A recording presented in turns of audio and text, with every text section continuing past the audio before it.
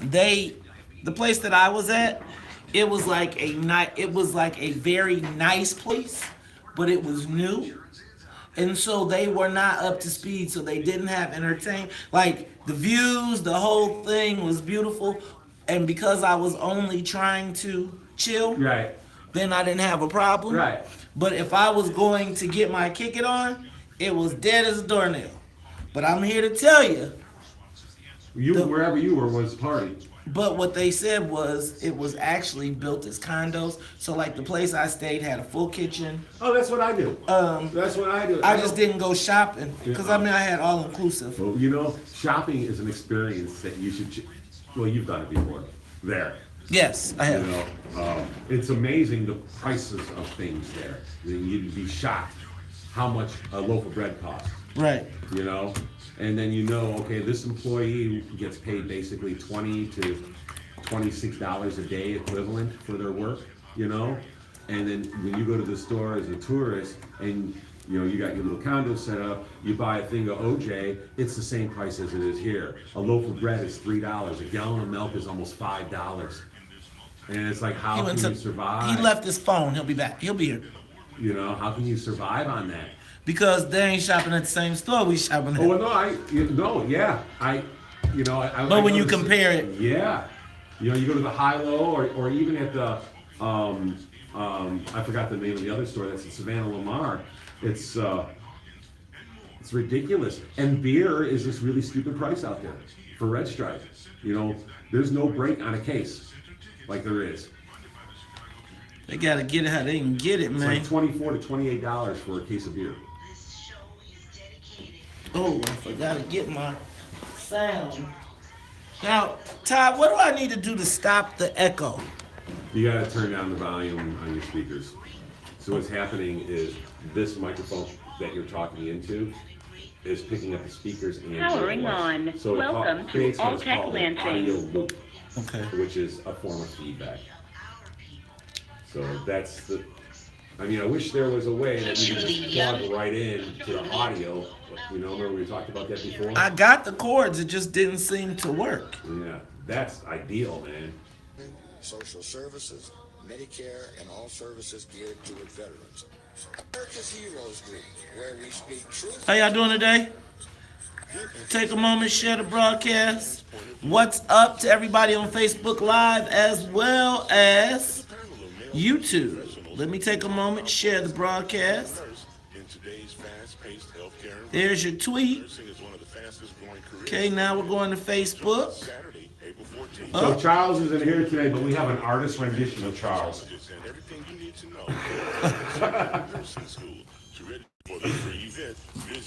Now, see, you shouldn't do that. You know what? No brand issues. Be messing with my man's brain. But he's happy today. No. He'll be here in a few minutes. Illinois, the future is now. 16 and 17-year-olds can now register to be organ tissue donors in Illinois. Nearly 5,000 people in our state need a life-saving organ, and about 300 people die every year waiting. Be part of the solution. Join the Take a moment, share the broadcast. How is everybody today? Hope everybody is feeling well. It's your man, Maze Jackson. Getting my WVON morning on. For just 5 quarters a day, you can. Okay. Who is with us? What's up, Dennis Evans? What's up, Jeffrey Burrish? Oh, he's not only coming to the podcast, he's coming to be on the WVON morning show as well, guys. So it's going to be on and popping. I enjoyed the segment. I think people don't want to talk. I enjoy talking to people of all diverse backgrounds to find out what I agree with or disagree with. So I hope you all enjoyed it yesterday. That was a national segment. It'll air Friday here locally, but it went around the country. Be on the lookout. We're going to be doing a live series, live speaking engagement series called Uncomfortable Conversations, where Joe and I will bring our respective audiences to live venues to have conversations. Hopefully we can have them without them erupting into very large situations. Hey y'all, It's your man, Mace Jackson. Uncle Charles will be here. He forgot his phone, so he had to go back. You know how it is when you ain't got your phone. All right? Let's get it cracking.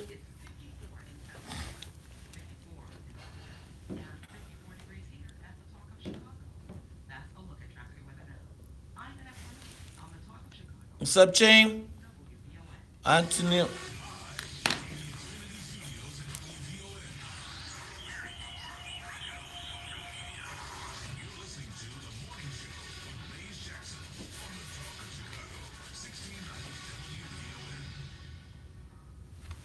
Wake up, everybody, no more sleeping in bed.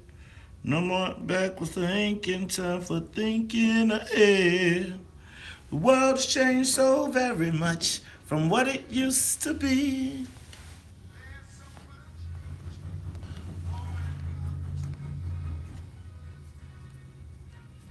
Whoa.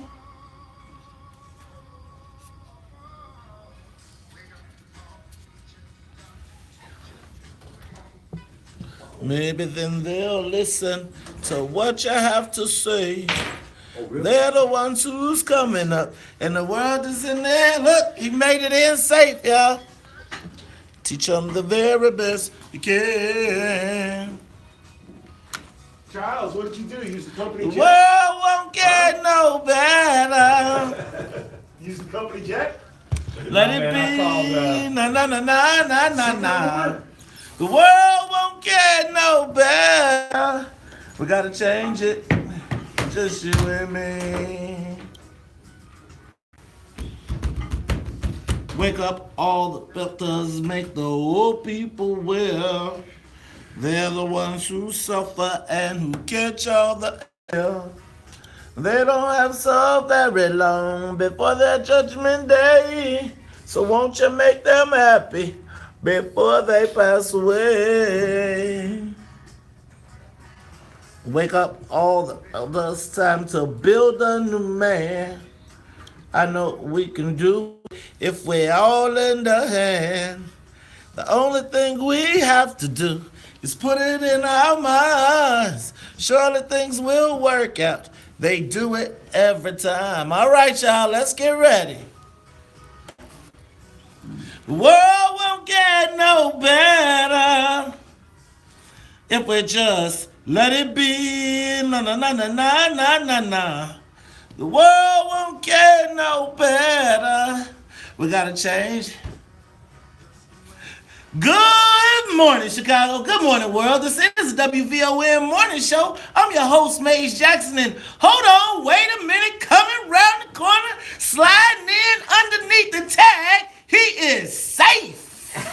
Wait a minute. Hey man, do you all remember the legendary Domity Pongo? The Domity Punk. You who can forget He Domity stole Punk? home every day. Every day. Came in right up under the tag, and I'm telling you, I used to watch that young brother play, and I said, man, if I'm ever running late, I want to run late like Domity Pongo because that brother was safe. And brother, All you the time. slid in under the Man. mic safe. You got look. The song was coming in. It was like I was all set to get ready to do the monologue. And man, here come my man. I see the door crack around the corner, and in a cloud of dust, I see the pitcher knocked off the mound.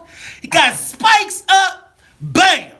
And there's Uncle Charles live in the studio, man. Hey man, you know, I left my phone. Oh, you can't the leave your crib. phone, man. You can't And leave your I got phone. a long day ahead of me, and I have to have my phone, so I had to go back. And you know, hey, because you can't live without your phone. What? You can live without your phone. No, but you really can't. function. Okay. Without your phone. Right. You know You what? can't do it. Think about it, man. Thinking about if you don't have your cell phone, it's people's phone numbers I just don't know anymore. Like, I think, man, you know what? I think I'm going to have to go on a phone memorization thing because real talk, if that's not Charles. Hey. Who is that? Who is that Sonya playing with us right Oh, now? okay. Being funny. Hey, y'all, speaking of Sonya, this is the WVON Morning Show. Gotta say what's up to the WVON Morning Show team. What's up to Annette Flournoy in the newsroom? How you feeling, Annette? Good morning. And that prankster in the background, got us all looking in our pockets, checking our phones like, is it you? Is it you? That is Miss Sonia Escobar. She is the musical conductor of the Soul Plane. Sonia, how you feeling today? Yep. It's like, you know, Todd and I have this conversation all the time about what is the point of no return. Like, if you forget your phone, how far away can you get before you get... I could be pulling into the driveway, and if I forgot my phone, let me tell you, I'm turning back around. Now, back in the old days, that was for a whole different reason. Right? You leave your phone, you be like, remember when you didn't have a pass lock on your phone? And you be like, oh God, I left my phone. Right. Exactly what you mean. You be like, wait, excuse me, phone rang, you missed some calls. You be like, that's my auntie. I know your auntie, and that ain't your auntie. And what kind of pictures is your auntie sending you? And you be like, and on your internet history, what is that? Right. What you looking at? Look. So I think that, you know, I think that would be an interesting conversation. Like, what was the point of no return before the pass lock, and what is the point of no return now? I can't spell pass lock. I would never put a pass lock on my phone because that would mean, you know, there would be some presumptions made by the court. And hey man, I just leave my phone open. Here's my phone. Have you checked my phone yet? I mean, is anything new on my phone? Hey, did I miss some calls? Right. You know what? See, that's what I was talking about. Back in the day, there was a different distance. That was like, before you got saved. Before I got saved, before I had... Now, you know, let me tell you, I used to not even... Look, I would turn my phone off before I walked in the house. Like, I don't even want this mug to ring. And if anybody remember Nextels, do y'all remember the Nextels that would chirp? And you could be like... And it'd be like, chip, chip, and then they could just talk. And then they could just say anything, right? And it would be on speaker. And you'd be like, man, how many fellas know about them Nextels? It was like, it all sounded, it seemed like such a good idea to start. I know nothing. Oh, goodness gracious. Hey, it is the WVON Morning Show. I'm your host, Maze Jackson, Charles Thomas. Charles, you know what's a lot going on right now. You see, Hillary Clinton is back in town. Yeah, I mean, I can't imagine. I actually bought a ticket. I bought some. I want to support Del Marie Cobb's PAC because she's trying to do some great things with young women in terms of getting them involved in politics. But you know, I'm not going to the event because there's nothing Hillary Clinton's going to say that I really want to hear. Oh, I do. I'm trying to get close. Okay. I'm trying to get close because I got questions. I got other stuff I got to do, and I just made some priorities and said, wait a minute, well, what's she going to say that I'm going to really need? That's what I'm trying to see. Okay. You know how you got to be like, you know how sometimes you be like, I just want to, like, seriously, respectfully. Like, I always want to see, like, what is it like for the person, like, you had it all. Right? It was like I really want to know what it has to feel. I'm wondering, will she address what it feels like to turn on the TV and see Donald Trump? Right? And I just am curious just to know, like, man, what could she have done differently? What do you think she could have done differently? What could she have done differently? Maybe not have been married to Bill. Huh? Think about that. Think about how far we've come in a lifetime. Bill Clinton used to be the first black president. Dang. Yeah, but what is it? It would have been 15 years after he left office when she was running, and then people had a chance to put his presidency in some perspective, the good and the bad, and I think the way they played that. Man, that is an example of just truly how I can change, because, I mean, you think about going from being the first black president to the young people being like, you created the prison industrial complex. And you facilitated all of those rip-off mortgages. Your administration. During the 90s when we were getting all those what do they call them? subprime mortgages. When it was the boom. When it was the boom, and it really wasn't a boom, it was just, it was an illusion. I mean, so, there were things that people looked at that, at that point. They Is that what that mean? Is that what they mean when they say hindsight is 2020? Absolutely. Oh, you know what? We'll talk about some more stuff when we come back. It's the WVON Morning Show. Hey, y'all. Dr. Claude Anderson is going to be with us today. Plus, we'll talk about the Black Death Gap on the West Side. It's the Talk of Chicago 1690. We'll be back.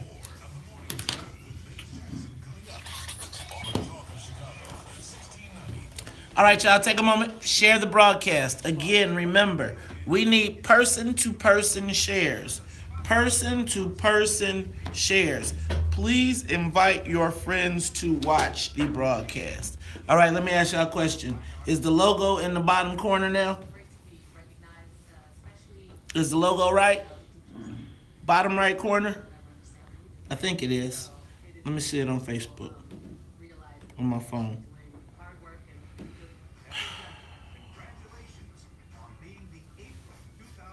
Please invite you. Yes, it's working. All right. How y'all doing today? Hey, I'm great. How are you, Mace? I got jokes. Listen, here's the background on your 8 o'clock guest. I'm sorry, your 7 o'clock guest. Then I have some background on the West Side United organization that is doing the whole initiative. Their mission, about them. This is Claude. Dr. Claude Anderson. And then this is a story that I meant to tell you about earlier that I think might be, there's something there for at least a couple of minutes.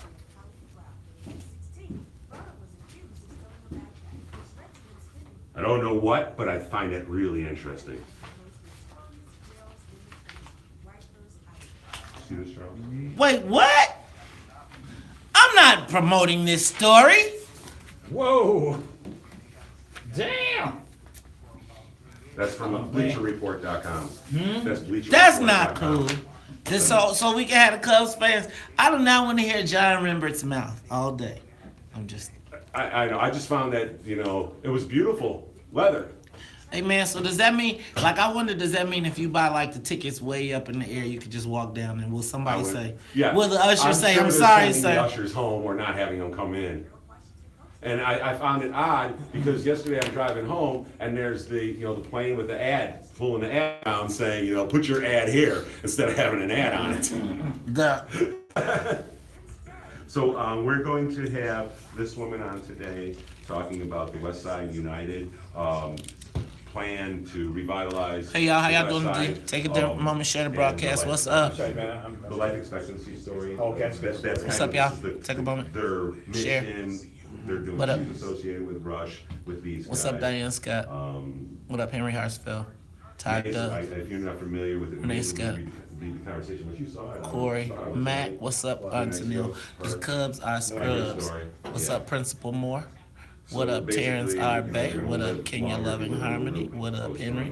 What up, Dennis Evans? Willie Preston? Willie Preston.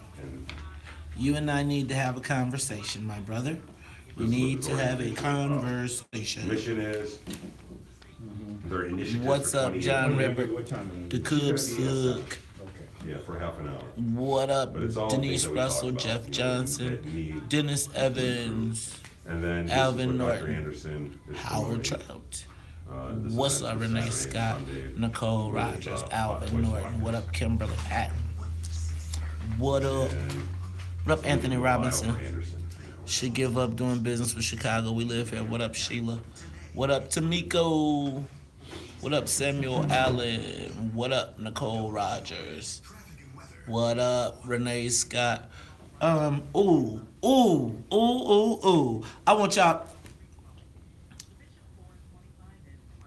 want you all to read the Black Death Gap article in Chicago Magazine. And then I want you to, again, speak to me about special accommodations for, I'm just telling you, you better check it out. Check it out. Matter of fact, I'm going to read it to you. Black Death Gap.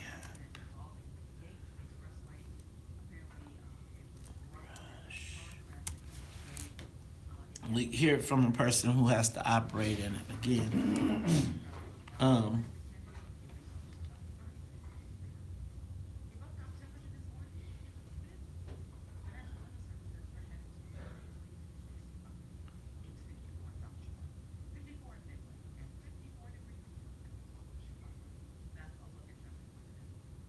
Okay, the results.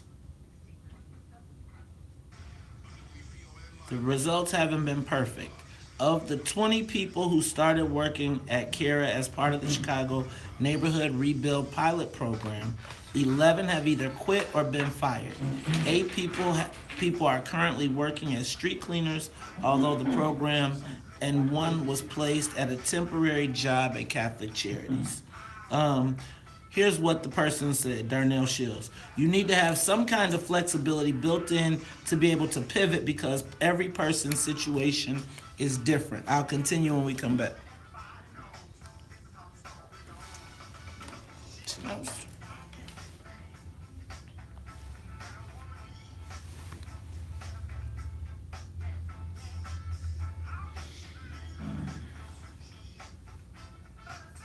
$24.36. You are tuned in to the Talk Chicago 1690 AM. I'm your host, Maze Jackson. Got my main man, Charles Thomas, in the building. And Charles, man, what's going on? Did you see Paul Ryan is not running again? Not only is he not running again, that means he's not going to be the Speaker of the House. Right, and he means you look at that he says he denies it, but man, it looks like he's abandoning ship. That he's jumping ship, as they say, because the ship is taking water. The ship is taking water. So do we think that President Trump is about to catch it now? What is it looking? You were there for a while. You know, you were here for during them time. You had the opportunity to see. Not that piece yet. But I think if the House flips and goes Democrat, then Trump's got serious issues because there seems to be enough there. I mean, even on the surface, to warrant an impeachment. But an impeachment is not a conviction. You have to be convicted by the Senate and thrown out of office. Now, the Senate seems to me to be more in danger of flipping than the House. But if this is a signal that Ryan thinks the House might flip, woo, that would spell curtains, I think, politically for Donald Trump. Man, but does that mean Nancy Pelosi comes back? Good Lord, man! Good Lord is right. That is a great way to put it. Good Lord. I mean, where do you go? What do you do? I mean, I think that conditions are right now for a third party to emerge. Either a hybrid Republican Party or something entirely different that Bernie Sanders might forge on the left, or maybe a moderate Republican Party with that gets rid of all the hardcore gun people and racists and anti-choice people, all those people. If the Republican Party could jettison all that group and come back as this free market kind of middle of the road, we want business kind of thing, they might have a shot. Okay. But I don't know, man. It doesn't look. This is a signal of something. Man, of something. I don't know what to call it yet, but I don't know if it sounds very good for this Democratic blue wave. Do you think? I wonder if that's a signal that it could be happening. Charles, did you see down in Illinois? We passed. The Illinois Senate passed the Equal Rights Amendment. I'm like, ain't that like? What that got to do? Wasn't that 40 years ago? Yeah. And so, but they was taking a victory lap. You know, like Senator Stain, she was in front. You saw the Illinois Law Review Bulletin and all of these things, and they were getting all these accolades for women, and the black and the legislators were standing up there behind her and everything. It's typical Illinois politics. Bullshit. I thought you were going to say the real one. But man, I tell you, it's typical. They do this symbolic stuff that really means nothing. Hey, folks, y'all got a $130 billion plus pension debt. And they stuntery, man. Stuntery. You don't have enough revenue to run the state. Your social services programs are suffering. You can't fully adequately fund them because you don't have enough revenue coming in, and you have 35,000 people a year leaving, net loss in population. And we are celebrating Charles, they were taking a victory lap about the Equal Rights Amendment. At the same time, is it me to find irony in the fact that at the same time they are embroiled in a Me Too? Well, you know what? They said the ERA came to Illinois and died. I think Me Too came to Illinois and died once again. And so now they trying to bait and switch because all the women who stood up and talked all that, remember when they had their ribbons and they stood up and, women, we must unite together, and they wore their pink hats, and then it happened in their own house, and they was like, oh yeah, we threw it that Me Too. I got it. And I'm telling you, Charles, you know that bait and switch, that switcheroo? They was like, this is how we will cover our tails because we're letting this Me Too thing go in Illinois. Well, it didn't work. It didn't work. And you know what? Can I tell you something? You got I told you so. You got I told you so in there. You got a Me Too, I told you so in there. Because you told me, man. I was like, No. It's not that. I just don't see, it seems like they're repurposing the same situation over and over and over again. I want to hear some more. If there's some more out there, I want to hear it. And it could be some more out there, but the speaker might be suppressing it in such a way. And because he's a powerful person. Man, there's some people swimming right now. And that's the only reason. But I mean, I believe there's other stuff out there. But I also know his power. And he is... Man, he got like I'm telling you, Kanye said it best. No one man should have all that power because he sure got it. Charles, also, you know, President Trump is talking about sending guards, the National Guard. Illinois might have to send some troops. I think Illinois might have to send some National Guardsmen down to the border. Oh, they wouldn't be from those particular states? They wouldn't be peculiar? No, they pull them from all around the country. Really? So could you imagine? But I hear the Illinois General Assembly is trying to block that in advance. Like, dang, what we gonna secede from the country? The president say you got to go. California is going to send some troops. Hey, but you know we special here. We special here. Speaking of special, Jerry Brown does it then. check this out, Charles. But speaking of special, yesterday my Facebook feed was abuzz, and I was hearing rumors that there is some sort of legislation being talked about in Springfield that would require LGBT studies to be taught in public schools. LGBT studies. I don't even know what. Like you would have black studies. Yes. But you would have LBGT studies. Like you got to learn Black history. You got to learn LGBT history. LGBT. What would you learn about it? I thought they were basically regular people instead of. You know what? What? We're going to talk about it when we come back Okay. after news, traffic, and the weather. It's the Talk of Chicago 1690. Host Mays Jackson, Charles Thomas. LGBT studies, should they be taught in Illinois schools? I don't know, man. It's the Talk of Chicago. We'll be back. That's a good social media question. Y'all want that?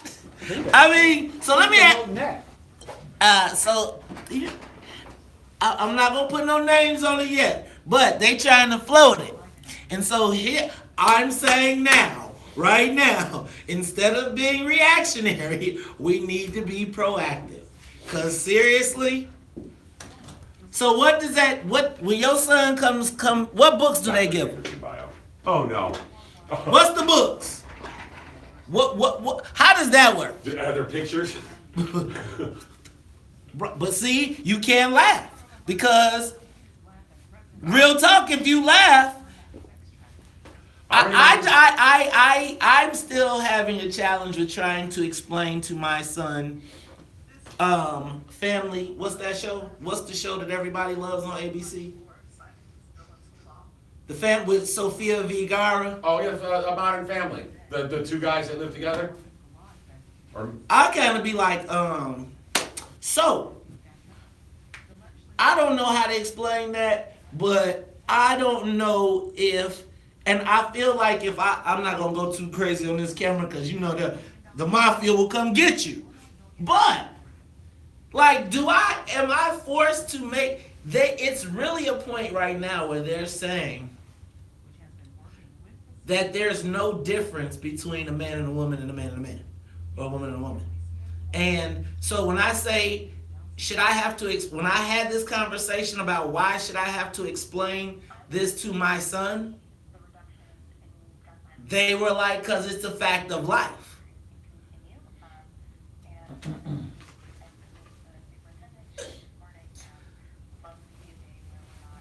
Why can't they just have TV shows like The Facts of Life again? There's a time you gotta know, there's a time you gotta grow. It's the facts of life. Hey, were you... Tootie! It's my first.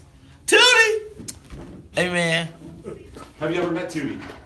Yes, but I met Tootie after she was not Tootie. Yeah, I met Marsha Brady after she was not Marsha Brady, too. Man, oh, Tootie. You know, Tootie was the first. She was like, who was the first? Yeah, Tootie was like the first. Remember I told, what's her name that? For me on that show, who do you think it was for me? Do you think it was Blair or Joe? Joe.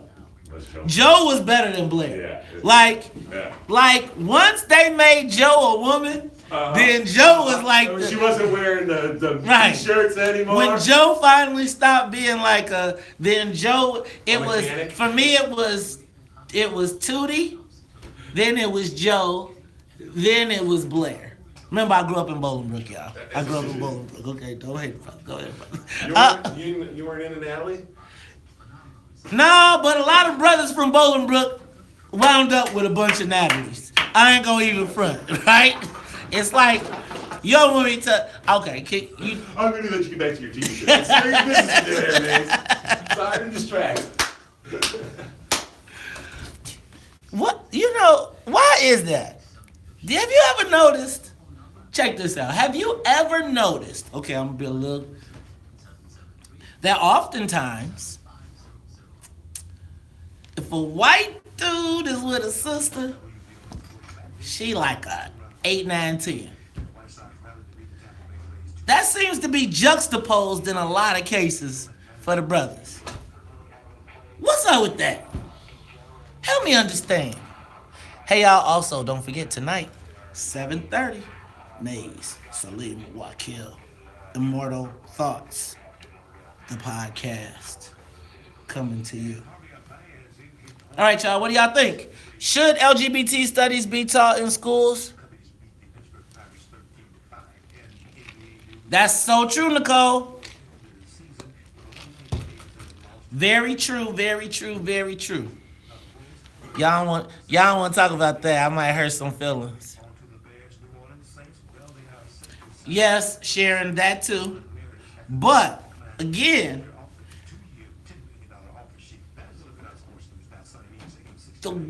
okay. So what I often see is that the Caucasian guy has his selection, right? I'm not going. Y'all don't want none of this conversation. Y'all do not want this conversation. Y'all don't want it. Y'all don't want it. You know it though. You seen it. You see it. You see it all the time. You know when you go to Walmart and you be like, and it feels like, girl, like, come here, LaDavion. she got LaDavion, stop it. And then when they got the grandparents, right? And the grandparents are still mad, but they love the grandkids, but they so mad. You know, I was thinking like, that's probably, you know what, I'm gonna stop. Yes, Daryl, they do. I'm telling you, come on, look at David Bowie. David Bowie got Iman. Come on. Let's see. David Bowie got Iman. Have y'all, have you seen Van Jones?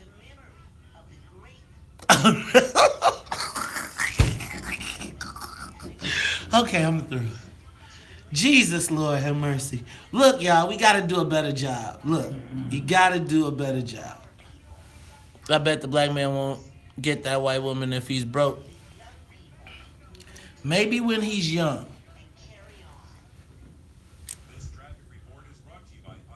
Please take a moment and invite your friends to the broadcast. Hey man, he was rich, Edward.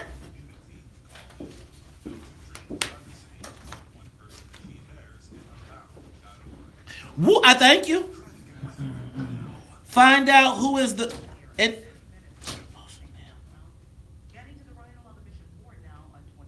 oh hell no! Hell no! Hell no! No. Hell, you need to get hell to the MF and no. What? This is crazy. Crazy. Read the 5th paragraph. 1, 2, 3, 4, 5. The 6th paragraph. Unbelievable. Unbelievable. About the mandate? Yes. Hell no. To the, amen.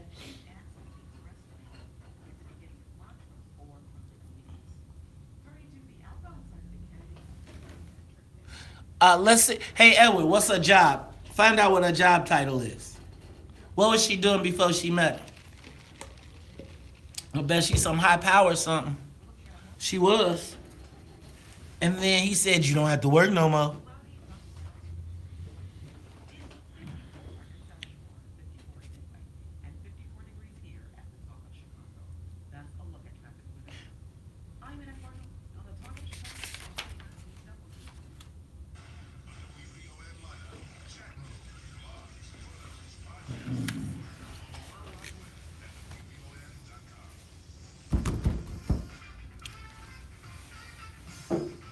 I did not know that's what this song meant. I used to love this song, and then, but then I know it from the Puffy now.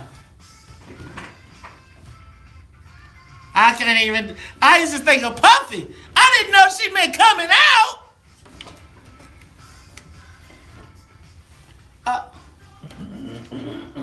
I didn't know. I used to be like, who's high, who's not? Tell her who dropped.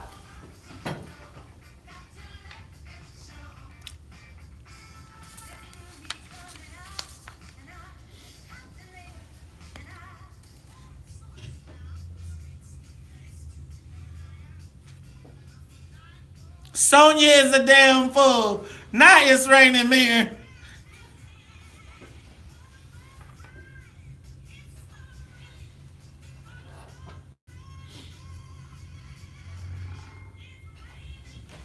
You are tuned in to the Talk of Chicago, 1690 AM. I'm your host, Maze Jackson. Got my main man, Charles Thomas. And Charles, okay, so Seinfeld has this thing, and he says, he talks about homosexuals. Not that there's anything wrong with it. But Charles, did you see that in Illinois, lawmakers have advanced a bill requiring teachers to teach LGBT history? Like Black history? Here's what it is. The proposal would mandate that elementary and high schools elementary and high schools teach a unit studying the role and contributions of lesbian, gay, bisexual, and transgender people in the history of this country and this state. It's pretty much modeled after the law that requires elementary and high schools to teach Black history. Is this once again, Charles? Remember I told you that I don't know. I think I told you. Did you remember I told you about that cartoon of the what's my man Carlos? Golly, I can't. The Olympic pose. Yeah, John Carlos. John Carlos, and they did raise the Black Power fist. Mm-hmm. And there's a cartoon that came out. And now the LGBT community has swapped that out and put a rainbow flag, have him wearing a rainbow scarf. And was he homosexual? No. Or well, let me say I don't know. I don't know. Why would they do that? Because they are hijacking, in my estimation, the civil rights movement. In the same way many other groups have hijacked the civil rights movement. There's no doubt about that. That has happened over these past 50 years. And we have been left in the dust. Man, and if you look at the advances by the LGBT community compared to the black community, it seems like they've been successful. You know, I used to think that equality meant black people. Now, if you say equality, you are not talking about black people, civil rights, etc. But my question now becomes, do we want our kids, it's mandated. So on the south and west sides of Chicago, where they can't even halfway figure out the books and the air conditioning and the basic things that kids need, we got a new requirement that mandates that they teach LGBT history in our schools. Mandate. You know the LGBTIQ, because they got some other letters they put on there. The alphabet. Alphabet soup. There's something called queer and intersex now. I don't know what either means, but anyway. You know, the whole push of the movement was that they should not be treated any differently than anybody else just because of what they do in a bedroom, right? Right. Or who they love. Right. It has nothing to do with skin color or ethnic origin or anything like that. We know that because you get just shot. what they do in the bedroom. That's what it is. It has not. If a gay person walked in this room, I would not know the person was gay. I wouldn't. Why? How would you? You have to ask, because I mean, there's no sexual activity going on in here, right? Right. It's just a person. Right. So why would we have to go beyond into your private moments in school? See, That's my piece. see, that's that. The safe word is contradiction. The other word is hypocrisy. Because Charles, it seems to me the difference between black and gay, and I think you hit it, and pretty much anybody else we're easily identified, right? We have a history of being discriminated against at unprecedented levels. We were slaves. And now our legacy, once again, right? Our political capital, because, Charles, but what is the deal with, first of all, there's a couple things I want to know. First, I want to know who are the black legislators, right? Let's not even talk about the white folks up north.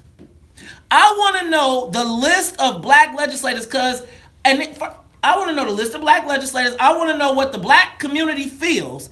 And then I want it to be heard by the black legislators. And then we need to see who voted for it. I'm sorry, Charles. Go ahead. I'm sitting there nodding because you're right on point. I want to know what the politics of this is. And if black lawmakers are on board with Senator Heather Staines, who apparently is sponsoring this bill. She's the same one, by the way, who's sponsoring legalizing recreational marijuana. Damn! But I want to know her colleagues in the Senate, there's about 10 of them, black colleagues, if they're on board with this. How are they going to vote? Are they going to vote with the party? With the party? Or the people? Or their people. I want to see that, and it will be a classic. It will be a classic for black voters to watch. Hey, Charles, check this out. Let me real hard because I just had an elected official hit me up and say, but check this out. These are the same people that say you can't pray in school. Think about that. Yeah, but that's also constitutional. I got you. But here's my thing. If we gonna be equal, if we gonna have rules and regulations and we gonna keep it out, let's keep it all out. Let's teach the kids. But this isn't religion. I mean, I got you. I'm just saying, I feel like if it's gonna be stuff we putting in the schools, if we gotta teach LGBT, and Charles, and I'm telling you right now, there is money being laid out right now by the LGBT community, the very heavy funders that are about to go and tell every black legislator, if you don't vote for this, we whooping your ass. That's right, and that's what I think. That's where you say the rubber meets the road. I mean, that's where it's got to happen. That's where we got to keep our eyes open. We got to see what black people get behind this. Like, we have to understand if they understand, if they represent us. Well, let's see if what the black people think, Charles. Because you know what? Do you gonna go Negrotific on me? Or I don't know. Do we go Negrotific? Do we take calls? You know what? We go Negrotific the whole show. Hey, Tennille, let's make a poll too, because I want to know: do black people do you want your kids to be taught mandated at elementary school and in high school? That means you got to go to gay class today. What are they gonna teach you? First, what are they gonna teach you? Man, did you know that Jane Addams was LGBT? But what are they gonna teach you? Why does that in any way affect Jane Addams' legacy? Why should it affect? That seems to be the argument that they make. So why should we care if she was? Give us a call, 773-991-1690. Should we be teaching LGBT studies mandated in our public schools? What are the illustrations in the book gonna look like? Turn the page. I don't want to think about it. It's the WVON Morning Show. Okay. So now, what you about to do you really want some teacher? They are now that's values, yo. To me, they're instilling values that I haven't necessarily agreed to for my kids. I've accepted that LGBT stuff is gonna happen, but how is y'all gonna really? Can you all take a moment and share the broadcast, and can y'all give people to call? Look, you got legislators sitting here watching right now, and I'm speaking to the black legislators. If y'all vote for this, really? If y'all vote for this, y'all gonna be telling on yourselves. I'm talking about this every single day. Every single day. And I want the list. Do we know the bill number and the co-sponsors? Hold on. Let's go to ilga.gov. Let's find, because look, I'm telling you, there are going to be black politicians who see this as an opportunity to get that money. And so they are going to vote for this. Todd? Hey. So what I need you to do, please, is go to ilga.gov, find the bill that it is, the bill number, and then I want to know who are the sponsors and the co-sponsors, and we're going to read their names on air. Can we teach that do Sabo found in Chicago first? Can we teach how to keep rats out of the schools first? Can we do that? Damn! See?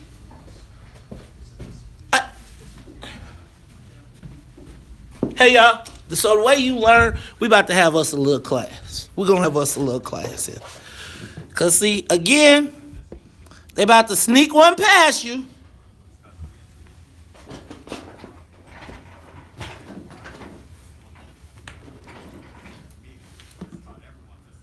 Watch. I'm telling you. And your attorney general going to be for it. Yeah.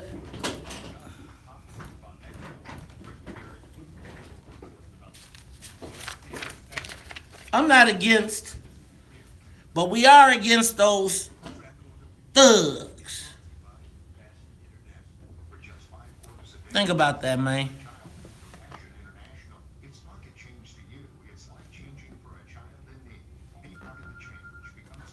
Take a moment, share the broadcast. All right. That's compassion.com/WVON. All right, get ready, y'all. We're going to the phones.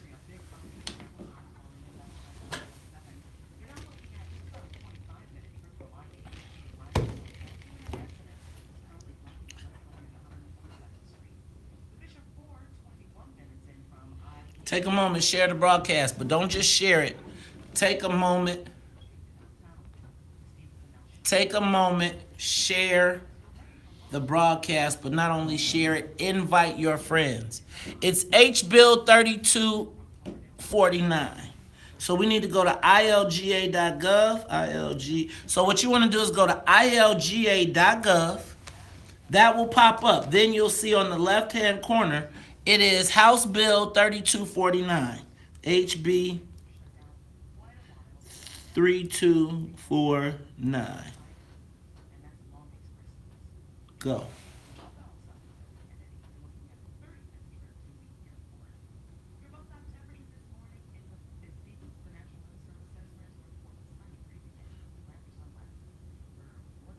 No, it's not. You said it's 32.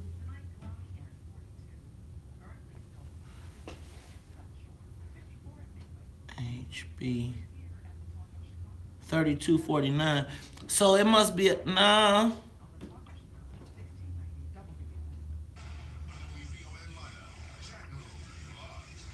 No, that's a soundproofing bill. Devin, unless it's buried.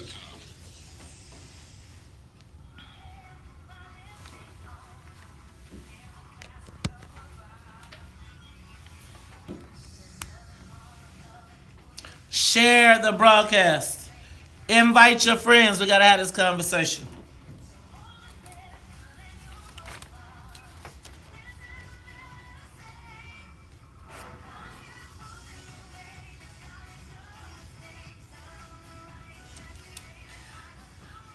Charles, the Illinois General Assembly, Illinois lawmakers have advanced a bill requiring schools to teach LGBT history. Now, what that means, it would mandate that elementary and high schools teach a unit studying the role and contributions of lesbian, gay, bisexual, and transgender people in the history of this country and in this state.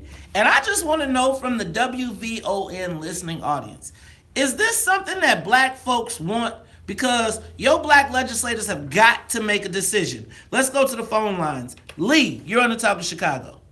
Hey, good morning, fellas, as always. Good morning. I gotta read the story, so I'm not really fully cognizant of it, but I will say this.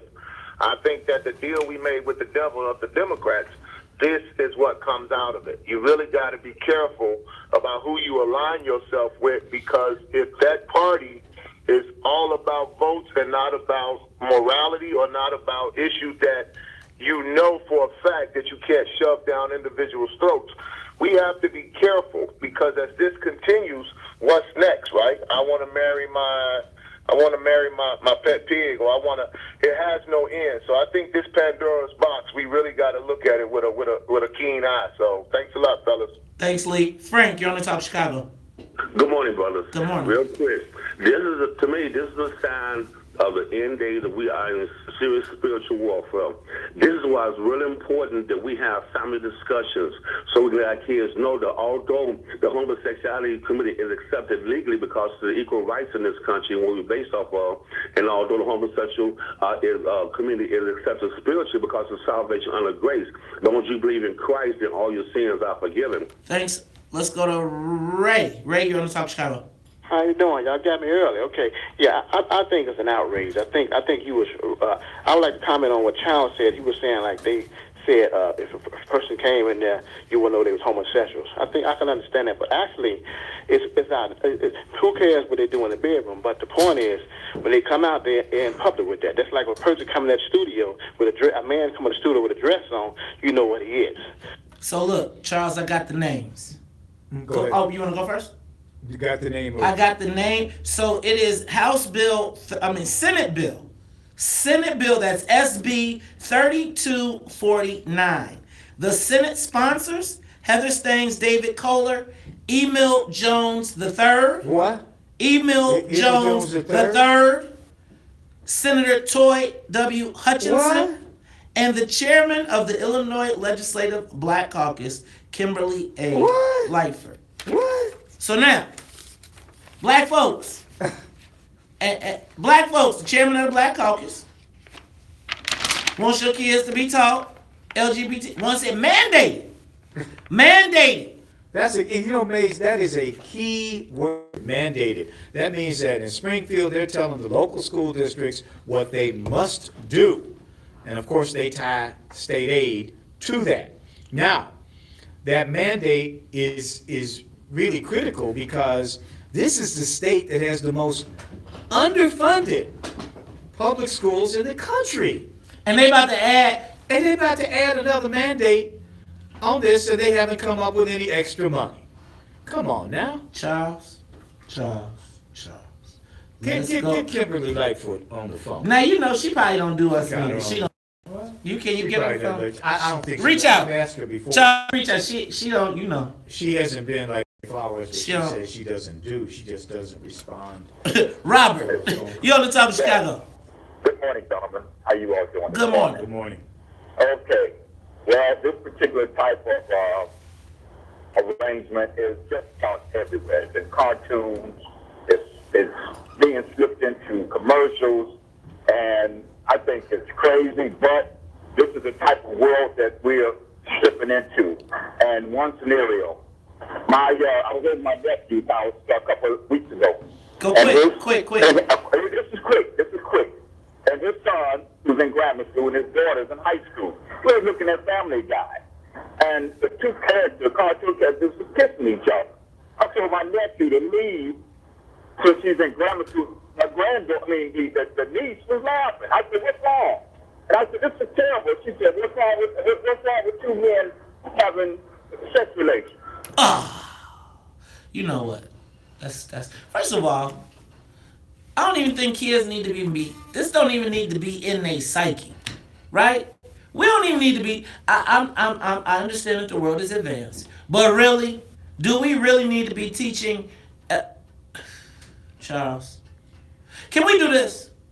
Because I see the phone lines are lit. We got to talk about this Black Death Gap. But we need to know the Negrotific poll. Let's Negrotific this. Let's go the rest of the day. Black folks, give us a call, 773-591-1690. All the rest of the show. Do you support teaching LGBT studies at grammar and high school levels, mandated, being taught to your kids? Give us a call, 773-591-1690. We'll be back after traffic, news, and the weather. The talk of Chicago and the voice of the nation. 1690 WVON, Berwyn, Chicago. It's 55. We're headed near 70 today. Okay, so I'm going to tell you that when you see the president, the chairman of the Illinois Legislative Black Caucus as a lead co-sponsor, y'all, that's an issue. JG.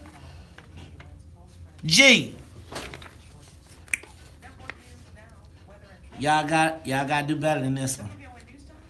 Y'all better come home with some. If y'all give up this, y'all better come back with a lot of something else. Like, what's the transaction?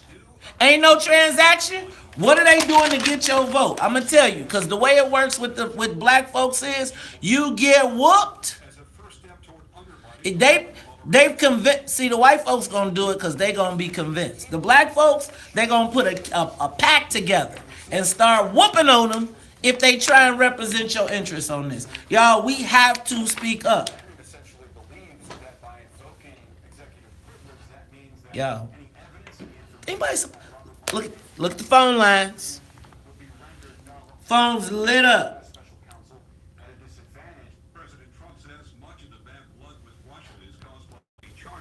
Phone lines lit. Confirmation hearings begin today for Secretary of State nominee Mike Pompeo. Here remarks, Pompeo says the U.S. has been soft on Russia. He is vowing to promote democracy and human rights. He warns Russia has been acting aggressively and says the days of being soft with Russia are over. California will be sending National Guard troops to the border with Mexico. California Governor Jerry Brown. Hey, y'all. Hey, Devon, it was Senate bill. SB. That makes a big difference. But thank you, brother. You was right. So maybe you all should tweet your, hey, Todd, actually, that's all we can load into the bank, buddy. So what you got to understand is the phones are blinking, and they're still ringing, and the phone's going crazy. But here's the deal. Check it out. I am not saying anything negative about LGBT community, but why is that something we need to teach in school? Just don't understand it. Damn, Harmony. Y'all, it's hot in here.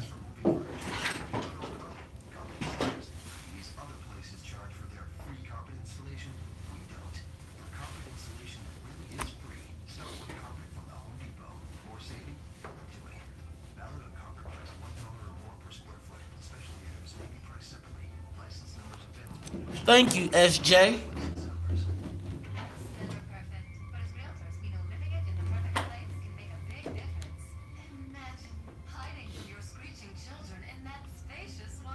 All right, you all. Next up, we are going to be talking to Darlene Hightower from the Rush Hospital. Are they in Springfield? They're in Springfield this week, right? Yeah. So,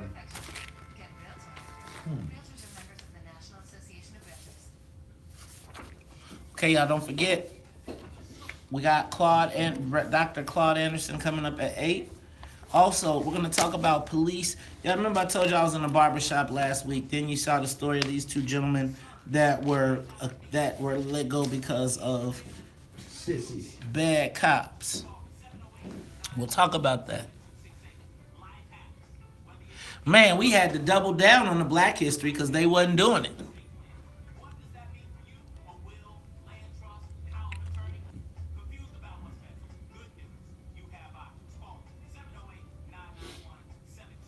Dang, Alvin, that's a good one too.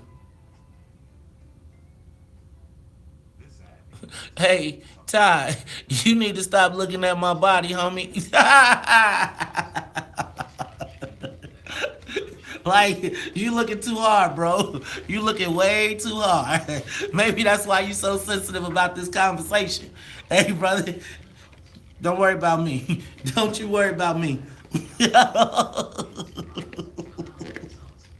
Oh, I got another one. Now, you know, you don't want me to get focused.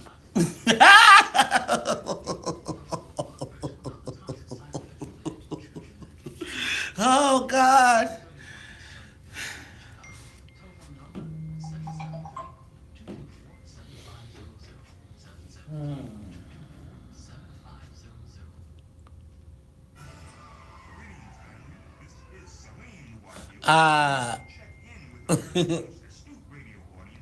Got it.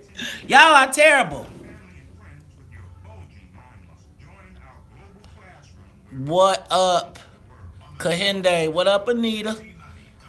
Anita to Neil.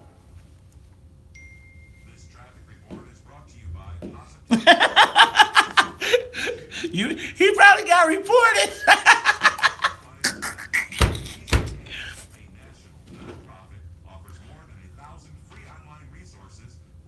Got told on. Hey man, that telling is real, Joe. Hey, Anita, you better talk to Cuzzo and be like, hold on, cuz the money ain't that good.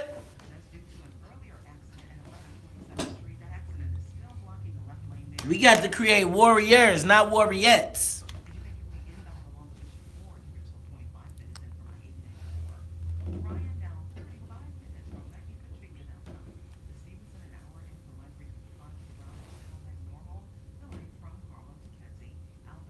Thank you, Principal Beulah.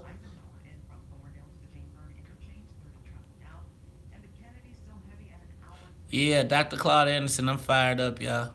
What's funny, Reese Mo? Dang, y'all still want to talk about this. Hey, y'all, did y'all know that there's a 16-year black death gap on the west side of Chicago?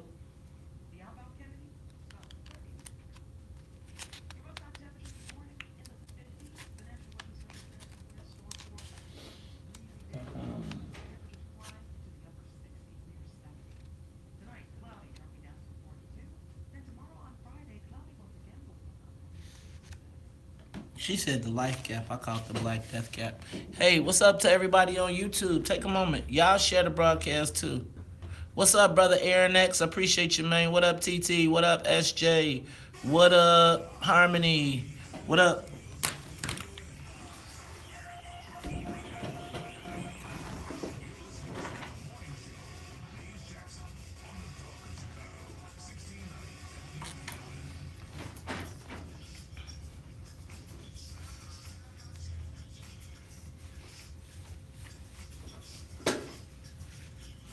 Funky the funk. Funk.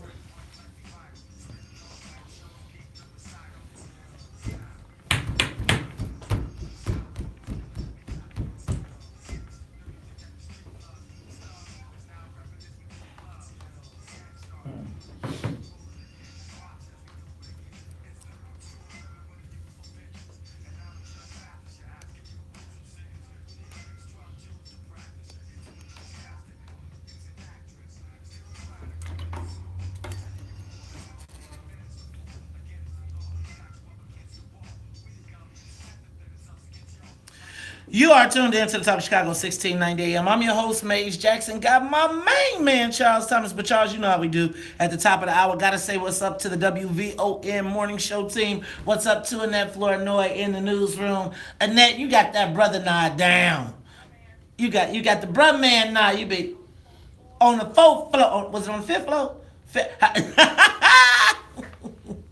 I can't wait for Martin to come back. Plus, Miss Sonia Escobar, she is the musical conductor of the Soul Plane. I am your host, Maze Jackson, with my main man, Charles Thomas. And Charles, you know, I was watching Chicago tonight. I was flipping through the channels. I was like, man, where my brother Charles at? I was, you know, you look at Chicago tonight. That's you the man. I've been looking for you. But when I was flipping through this time, I happened to run across this young woman, Miss Darlene Hightower, who is the Associate Vice President of Community Engagement. And Charles, she was discussing at Rush Medical Center and Rush Presbyterian St. Luke's. And Charles, she was discussing the Black death gap. That if you live on the west side of Chicago, there is a 16-year difference in your life expectancy if compared to living in the Loop. And I thought it was really important that we brought this conversation to light. So Charles, on the live line, we have Miss Darlene Hightower. Darlene, hi, welcome to the WVON Morning Show. Good morning. Well, awesome. Well, thank you for being here. Can you talk to us about what exactly this death gap is?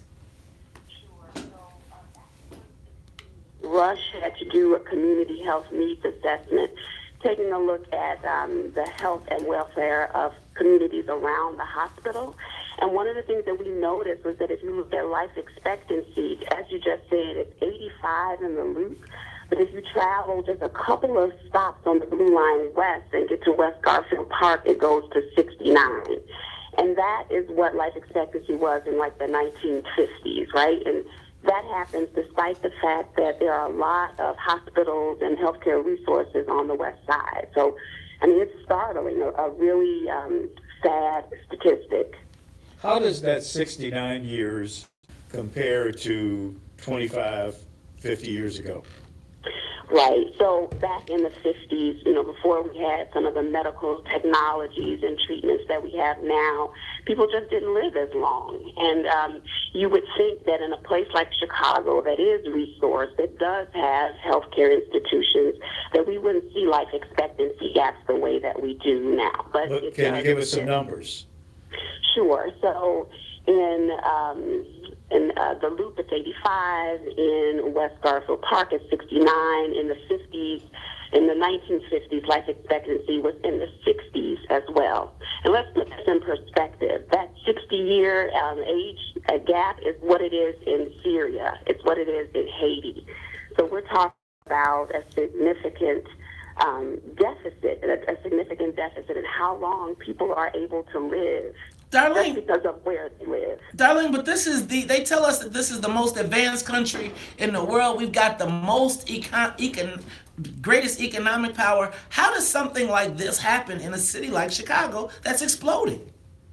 Right. Well, I mean, I think if we're honest about the conversation, it happens because of structural racism. When you look at these communities on the west side, there's been intentional lack of investment. People aren't getting access to education and jobs the way other folks are. And all of those things play into how healthy your community is, how healthy your family is, and how healthy you are as an individual. So talk to me about this, what you all have decided to do in this new committee that you formed, West Side United. Sure. So in January of 2017, after we had taken a look at the statistics and, saw what was happening on the West Side, it was like, we got to do something about that, but also recognize that we couldn't work on these big issues by ourselves. And so we asked our healthcare partners, University of Illinois and Cook County Health Systems, if they would, work with us and figure out how we could all come together and put together programs or initiatives to address the life expectancy gap. Since then, other healthcare partners have joined in with us, Presence Health, Sinai, Loretto. We're all working together to see, what can we do about the lack of jobs in the community, the education system that's happening within the community, and even people's access to health and health care. And so we formed Westside United with these health institutions, but also with residents and community-based organizations to figure out how we could all work together. What about the notion of universal health care, some plan that would provide health care to all as a right as opposed to what it is now really a privilege? I mean, how does that movement, that debate fit into what we're talking about here? I love what you just said about, healthcare should be a right, and unfortunately, for a variety of reasons in this country, it is not. And I think you raise a really good point. It's like, if you're talking about improving life expectancy outcomes, what's the policy issue in that? What are the legal things that you need to be looking at, like universal health care? So one of the things that we have talked about as a group is that type of policy discussion. What are the things that need to change for people to be able to live their best and healthiest lives? So wait, you said something about jobs. What does health and hospitals have to do with jobs, and what does that have to do with life expectancy? How do you connect those? Yeah, that's such a great question. So what we talk about within the health institutions is the fact that there are things that affect your health and vibrancy that are outside of actual access to healthcare. We think that things like having a quality education, having a great job, all of these things help improve your overall wealth, and those things affect your ability to have great health insurance, to have great doctors, to get access to quality care. And so one of the things that the health institutions have been talking about is the fact that we're economic engines in the neighborhoods where we are. So that means we hire a lot of people, we buy a lot of stuff, we have a lot of employees. So how do we take all of those economic drivers and really invest them in the West Side? So that's part of the work. So you know what? You talked about economic engine, and I was reading the story in Chicago Magazine regarding this death gap, and I was in shock to find out the economic power of the hospital system on the West Side. We got to go to break, but before we do, can you talk to us about the collective economic power of the hospital, of the medical community on the West Side of Chicago? Absolutely. So annually, all the hospitals that are involved in Westside United hire about 6,000 people per year. 6,000 people per year? 6,000 people per year. Together, we have about 43,000 employees. If we were one entity, we would be the largest company in the state of Illinois. And that's located in the heart of the West Side of Chicago, correct? Well, the employees, like an organization like Presence Health, they have employees across Cook County, but they also have employees on the West Side. For Rush, we have 10,000 employees, most of which are on the West Side between Rush and Russell Park Hospital. Darlene, let's talk about when we come back. You all have, I saw the story about a hiring initiative that you all have started, and trying to not only be an economic engine and deal with health disparities, but really providing job training and skills to help people take advantage of those. Let's talk about that when we come back and how WVON listeners might be able to get access to what's going on. It's the WVON Morning Show. It's the WVON Morning Show. I'm your host, Maze Jackson. My main man, Charles Thomas. We'll be back after traffic and the weather. More of the morning show with Mace Jackson coming up on the Talk of Chicago, 1690 WVON. Unbelievable. Yeah. I just we answering the phone on the air. Seriously? We gonna answer the phone on the show. Oh, Lord Look, Jesus. he went back and got it for a reason, man. I mean, but like, by the mic. All right, y'all. Hey, so what we should look at is the fact that there is an economic disparity. Wait a minute, back up. Not economic disparity. The fact that I'm gonna tell y'all what. I had never had a clue how much money was in the hospital system until I lobbied for the hospital system and realized how much money, and that, I always think of hospitals as good people, not like a profit, and they're profit oriented.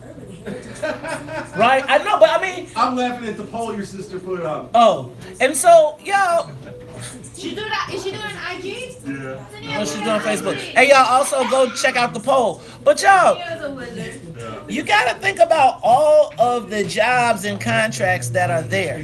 But I also want y'all to think about this. They talked about the fact that it's good. It's good. I heard it with Howard Stern. The promo. It was great.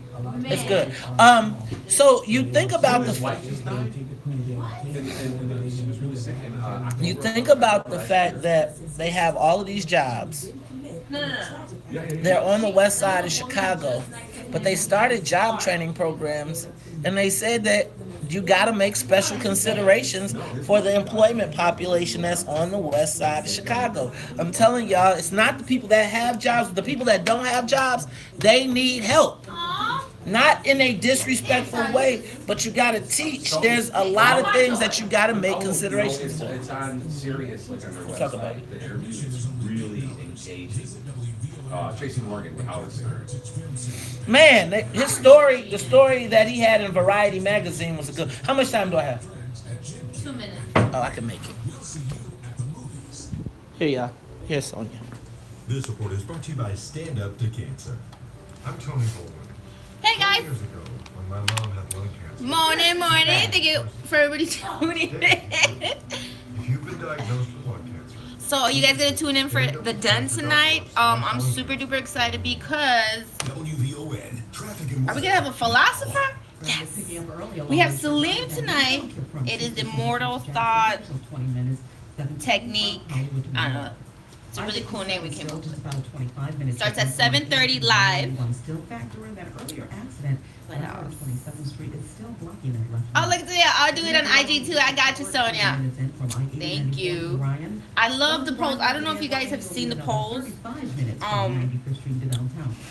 I'm on IG. You can't see it. Am I blinding you guys? But look, I'll show you. Eisenhower much heavier. You're looking at a slow-moving hour 4 from Thorndale to Jameburn Interchange, 45 on the return. So this is me. Make your way along the Kennedy and Can't see All right, it. y'all. We back to work. All right. Holler. Holler. Holler. Holler. Take a moment. Share it with your friends. One day, we're going to have it.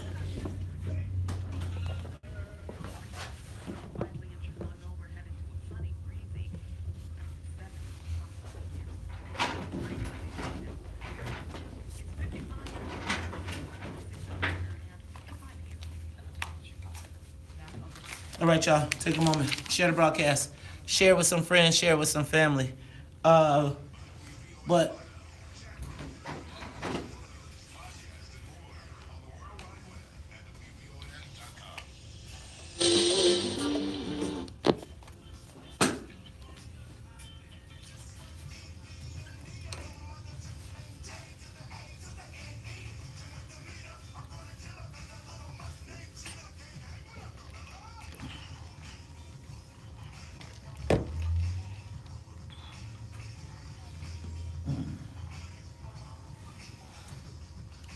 You are tuned in to the Talk of Chicago 1690 AM. I'm your host, Maze Jackson. Got my main man, Charles Thomas, in the building, and we are talking to Darlene Hightower. Darlene Hightower is the Associate Vice President of Community Engagement at Rush Presbyterian Hospital, and we are talking about this whole death gap between the west side and the rest of the city, or excuse me, particularly the downtown area. And you were talking about the economic opportunities, and I saw that you guys started a job training program. Talk to us about how that plays into this. Sure. So what we're working with several nonprofit organizations in the city, like the CARA program and Skills for Chicagoland, to help us identify candidates for positions at Rush. And so they've been really amazing partners. And our goal is to bring folks into our hospital and not just give entry-level jobs, but to work with folks so that they can go to the next level in their work, like a career laddering program. So talk to me, how successful has that been? Well, we have just started this in the last, I would say, 6 months or so, and that, so far it's going really well. Just, helping us identify candidates. A couple of folks have gotten jobs at Rush and seem to be doing really well. So, so far so good. And do you think that, Darlene, and that are there any special needs or special training that is needed for the population that you're trying to get these jobs for? I think it's just finding folks that are eager and willing to learn, who want to grow, who are going to, have really great time management skills. And then, once they go through these programs at the CARE program or Chicagoland, Skills for Chicagoland Future, they're ready to go. So one of the myths that we want to get away from is this idea that people on the West Side don't want to work or that there's no talent. We know that that's not true. There are amazing candidates and people that are eager and ready to get to work. And what's been the hindrance for them getting to work? I think it's a lot of things. I think in the past we may not have done as good a job as we could have in reaching out to folks. I think that probably is part of it. But now we are looking to do a better job. Charles? No, this is all. This is shocking, but not. It is surprising that there would be such a large gap. And the question I have, is it growing at this point? Well, the information that we provide about the 16-year gap, that's the latest information that we have. And so I can't say if it's growing since we, started talking about this in 2016, because we haven't gathered any additional data, but I would hope not. And we're all really hoping that if we get this work right, our ultimate goal is to cut that life expectancy gap in half by 2030. You look at that medical complex on the near west side, and you also notice the demographic changes that are happening in that area. I mean, what about in terms of who you serve? Is this going to be as critical moving forward, given the fact that so many underserved people are leaving? That's a really great question, too, and it's something that we talk about. So our goal is not, to make these communities better for outside folks to move in. Like, we don't want to see gentrification happen. Like, our goal is to improve communities on the west side for the folks who are there and who have been there. And so it's something that we have to be really aware of and think about as we're working with other partners and working with residents on this initiative. Hey, Darlene, speaking of other partners and working with people, on the live line, we have Sister Ya. Sister Ya, welcome to the WVON Morning Show. How are you today? Amazing, Uncle Charles. Good morning. Thank you so much.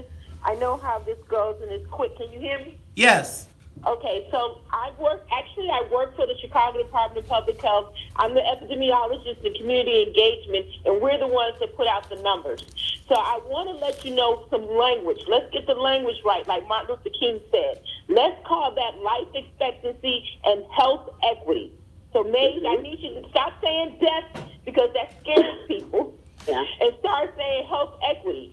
And what we're really saying is the gap is about how long a person's life expectancy could be based on where they're living. But I need to let you know it has to be in context. In the United States, our life expectancy is maybe 72, but in Japan, it's high as 90. So even in the world, we have the worst life expectancy as compared to other developed countries. And the reason being is because when you're not a homogeneous society, you have less people who live longer. Does that make sense? Yes. So I'm just going to ask you all to please say health equity based.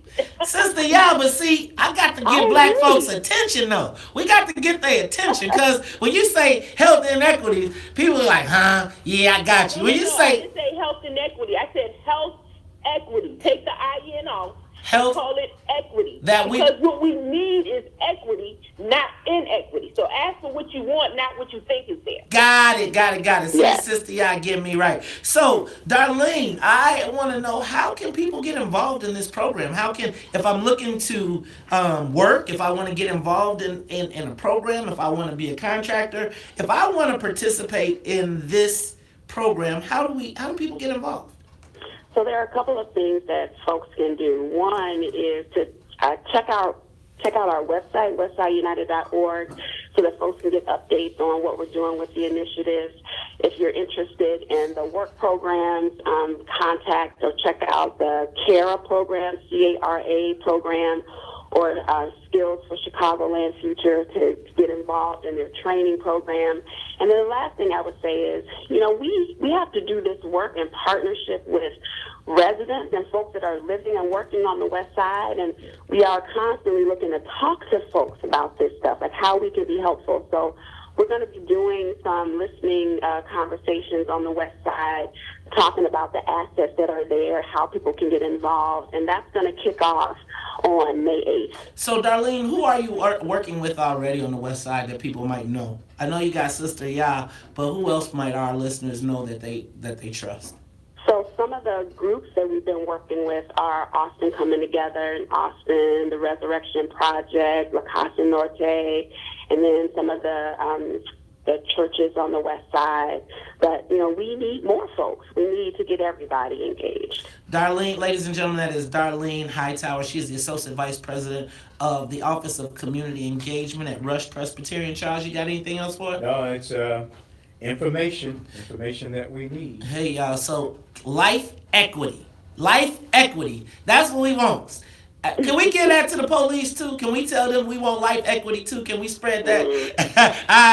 You know what I'm talking about, Darlene. But we know you got the, you know what, I say it, you just say, and I got you. It's the WVON Morning Show. I'm your host, Maze Jackson, Charles Thomas. Darlene, it's great to talk to you. And anytime you got something good going on, please do not hesitate to let us know, because we want our listeners to be fully aware and engaged. It's the Talk of Chicago. We'll be back after news, traffic, and the weather. The news on WVON is brought to you by Compassion International. You can't change the whole world, but you can be part of the change in the world for a child living.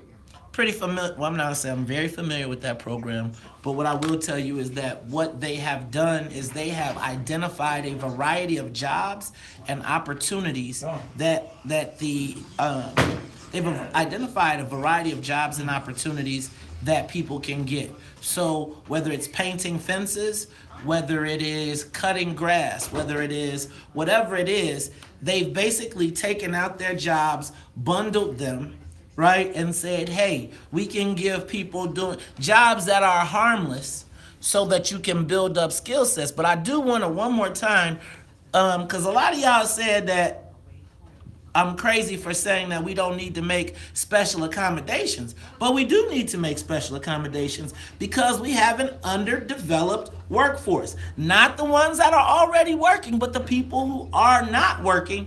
There's a reason they're not working. Not to say they don't have the increment. I'm not saying they're lazy. But let's read what a person who does it. Let me read.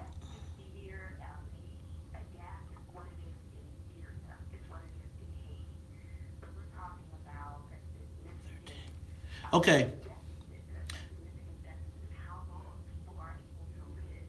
So here is what Darnell Shields, who runs the CARA program, says. Now, they hired 20 people. Of the 20 people, 11 have been fired or quit, right?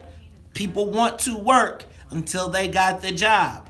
So what I'm saying is when you hire people, you have to know that you're going to have a fall off. But listen to what he said when I told you about special accommodations. This isn't me. You need to have some kind of flexibility built in to be able to pivot because every person's situation is different, Shields said. You might say this population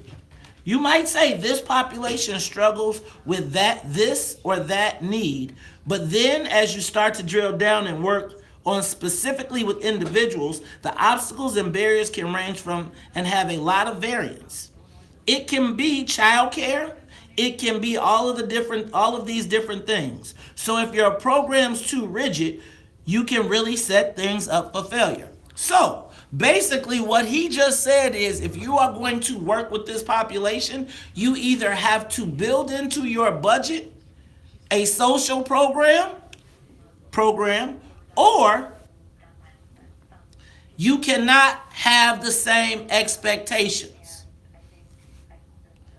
That's the program director, Darnell Shields, who's running CARA. Now, so we're clear. The results haven't been perfect. Of the 20 people who started working with CARA as part of the Chicago Neighborhood Rebuild Pilot, 11, so more than half, have either quit or been fired. 8 people are currently working as street cleaners through the program, and 1 was placed at a temporary job at Catholic Charities. So now, of 20 people said they wanted to work. Of the 20 people that said they wanted to work, 11 of them are gone. I'm not saying they are less, but again, you just heard the program director who hired the people say that if I take them as employees, as an employer, I have to have a lower standard or a different standard. I'm telling you, there is a portion of our community that needs special work. Probably in every community, but I don't do all lives matter. I do black. Now, we can pretend that doesn't exist, and then we'll keep talking about this same 10% of unemployed people. Right? How you get them out the cycle. Right? So if you're born poor, 50% of our kids are born poor and 60% more likely to stay poor. See the circle? See the cycle I was talking about? See the cycle I was talking about?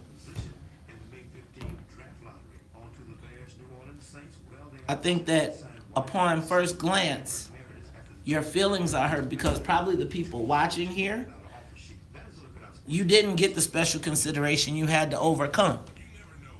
And I think most of us understand that.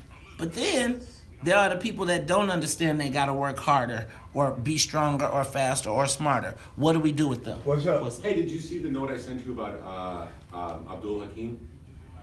About the lawsuit? Yeah. To the, yeah. We'll do that next week? We can do that, definitely. All right. Well, after he files, we'll put him on. We should get, okay. We might do it before he files. Let's do it before he files. Okay. Let's do it like the day before he files.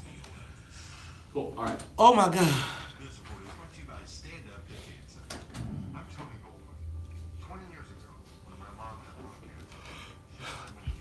But again, you can listen to hypotheses of people who've never hired. Right? I think that most of the people on here got offended because you don't want anybody to think that you wasn't good enough. I'm not saying nobody's not good enough. I'm saying that if you've stripped away all of the things that you learned basically coming up and they go away,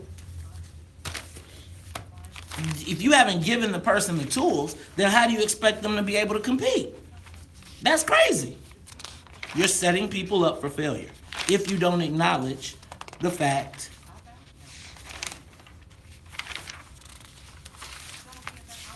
that some of our kids have not been given all of the tools that they need to be successful, then you are doing those kids a disservice when you put them in the workplace.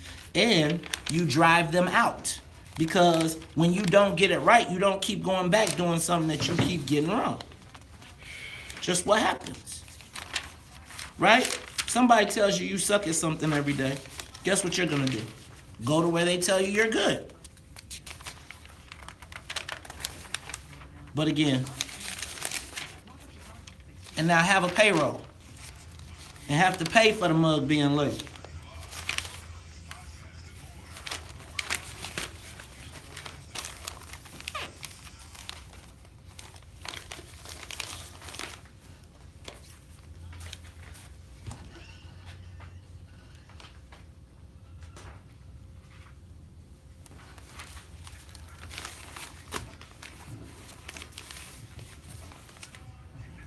Can't keep running away.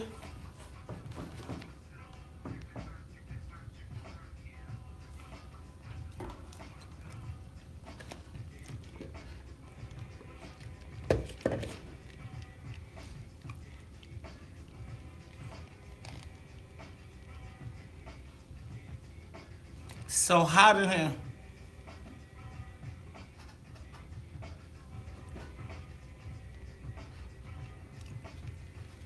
You are tuned in to the Talk of Chicago 1690 AM. I'm your host, Maze Jackson. Got my main man, Charles Thomas, in the building. And Charles, hey man, did you see the story about the two framed by the ex-cops, Ronald Watts, are now back in jail or back charged with heroin possession, I believe it is? Yeah, something like that. But, you know, Ronald Watts was preying on those who were in the game, in the dope game anyway. That's who he preyed upon.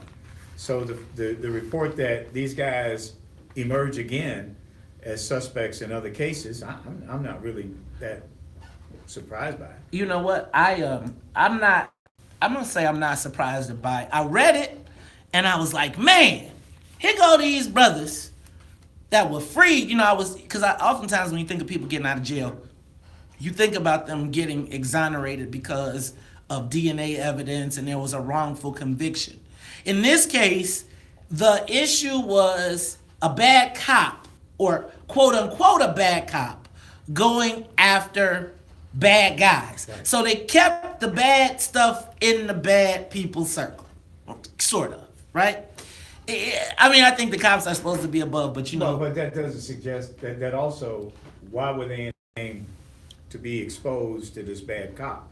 They were in the game, and apparently they didn't leave the game even after they were exonerated. So this story, I'm going somewhere here. So I was thinking about this story, and then last Friday, I was sitting in the barbershop, and in my barbershop, a lot of police officers get their haircut, and clearly they had listened to the show. And they were clearly talking very, very, very loud about things that had happened on that day's show, specifically about Eddie Johnson. And then they also talked about the changing of the rules of the game, right? Because one cop was like, man, he was justifying Trayvon. He said, back in the day, this was the old rules, I would have just hit him with the door. I would have drove a car, hit him with the car, hit him about the rules of why you can kill someone and why this officer Rialmo would be exonerated and why Eddie Johnson said what he said.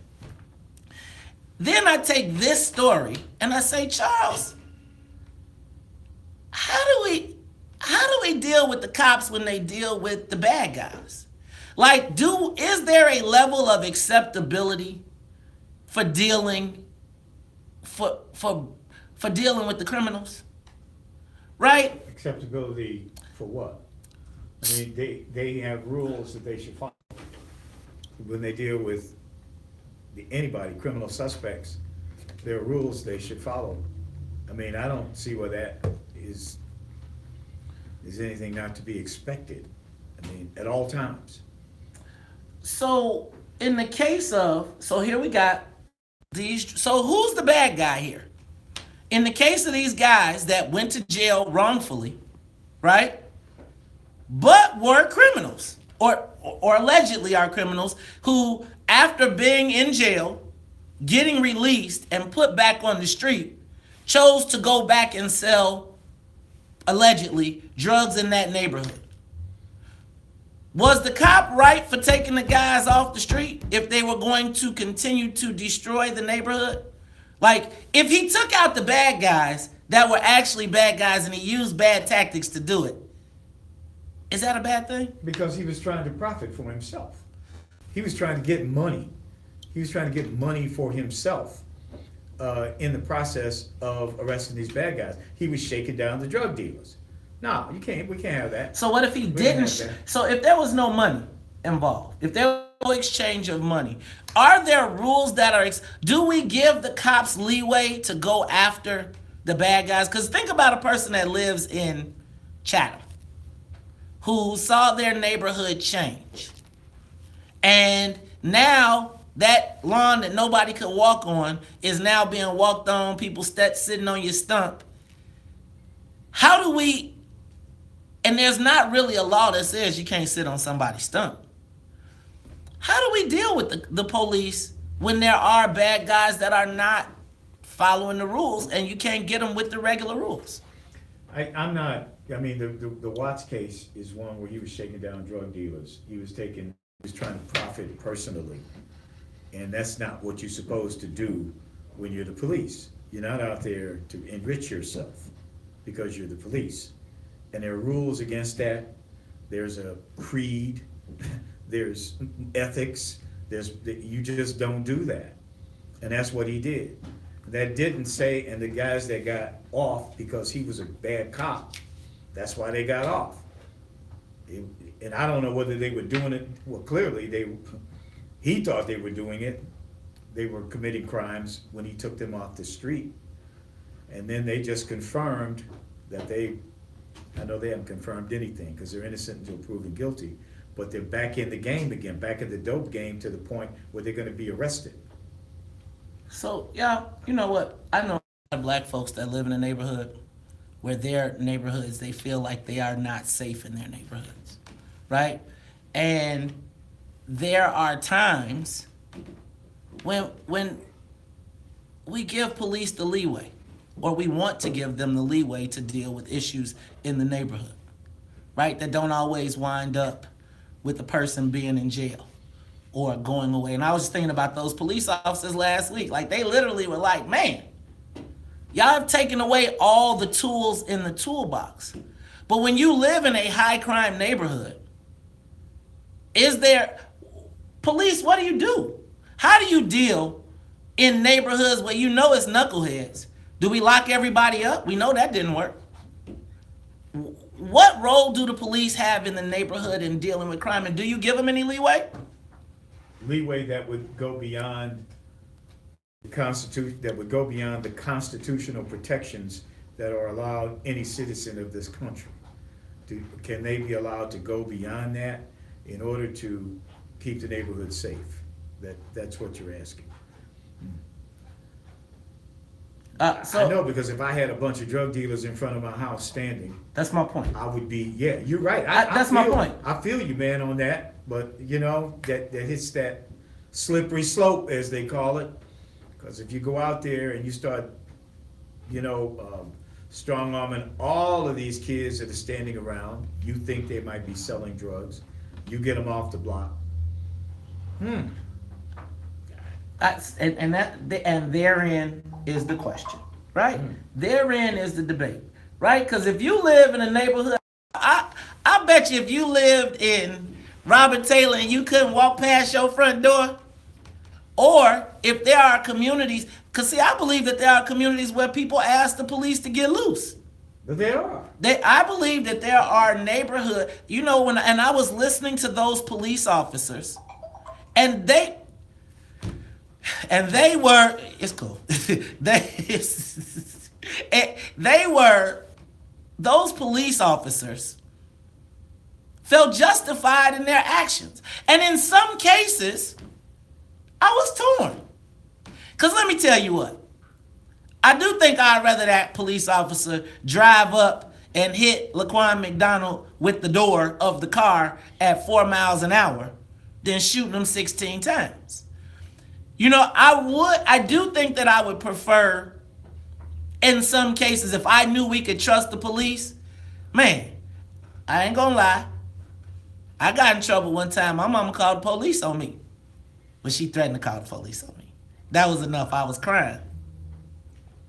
But the point becomes, what role do the police have in our community, and would you allow them leeway to clean up your neighborhood? Give us a call, 773-591-1690. And I want to talk to the police too. Police officers, talk to us and tell us, like, what are the alternative strategies that you use? Because I don't think it always means you got to get locked up. Sometimes somebody just need a butt whooping. We'll talk about it. It's the Talk of Chicago, 1690 AM. I'm your host, Maze Jackson. Charles Thomas will be back. Now, I would tell you, here, let me do it this way, so we'll make sure.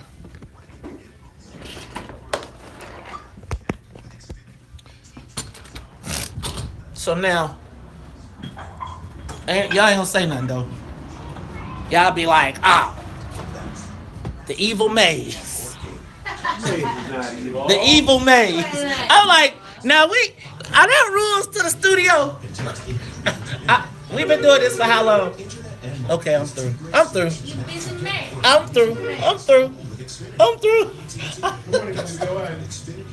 Some days, boy, some days. Hey, y'all.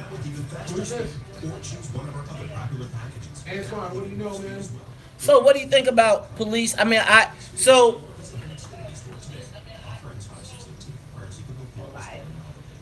look at, they got questions.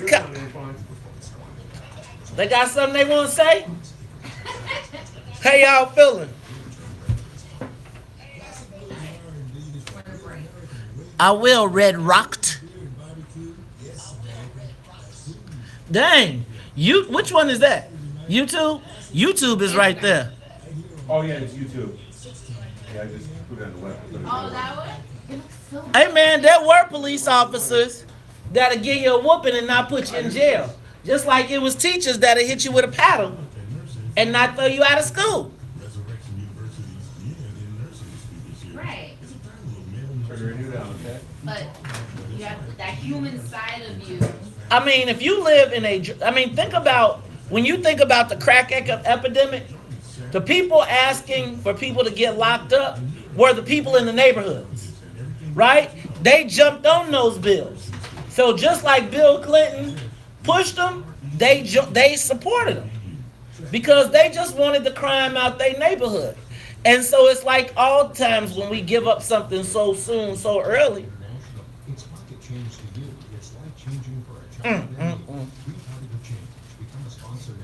I think you need to post signs.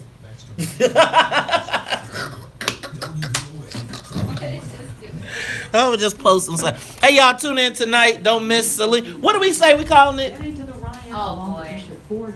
What is it? Maze Jackson and the Celine Kill Mortal Thought Technique. Mortal Thought Technique tonight. Sounds like a game from Nintendo. No, it's kind of like a playoff of Wu-Tang Clan. Immortal Thought Techniques. Maze, Celine tonight. Tune in. Tonight. 7:30. 7:30 tonight. Immortal Thought Techniques. We're going to start a count.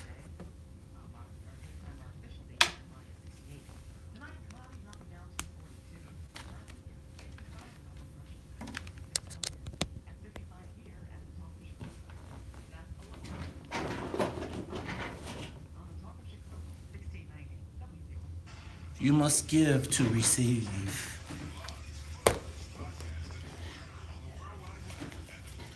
And boy, I play good.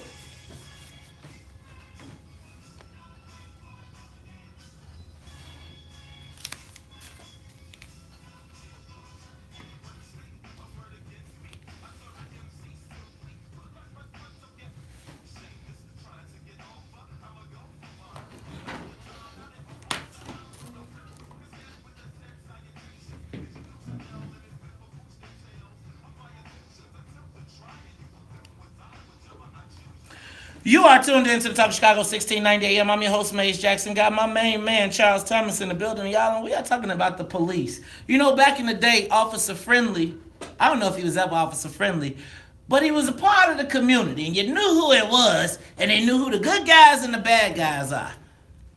Those days are gone, but I wonder, does it always mean that we have to put people in jail?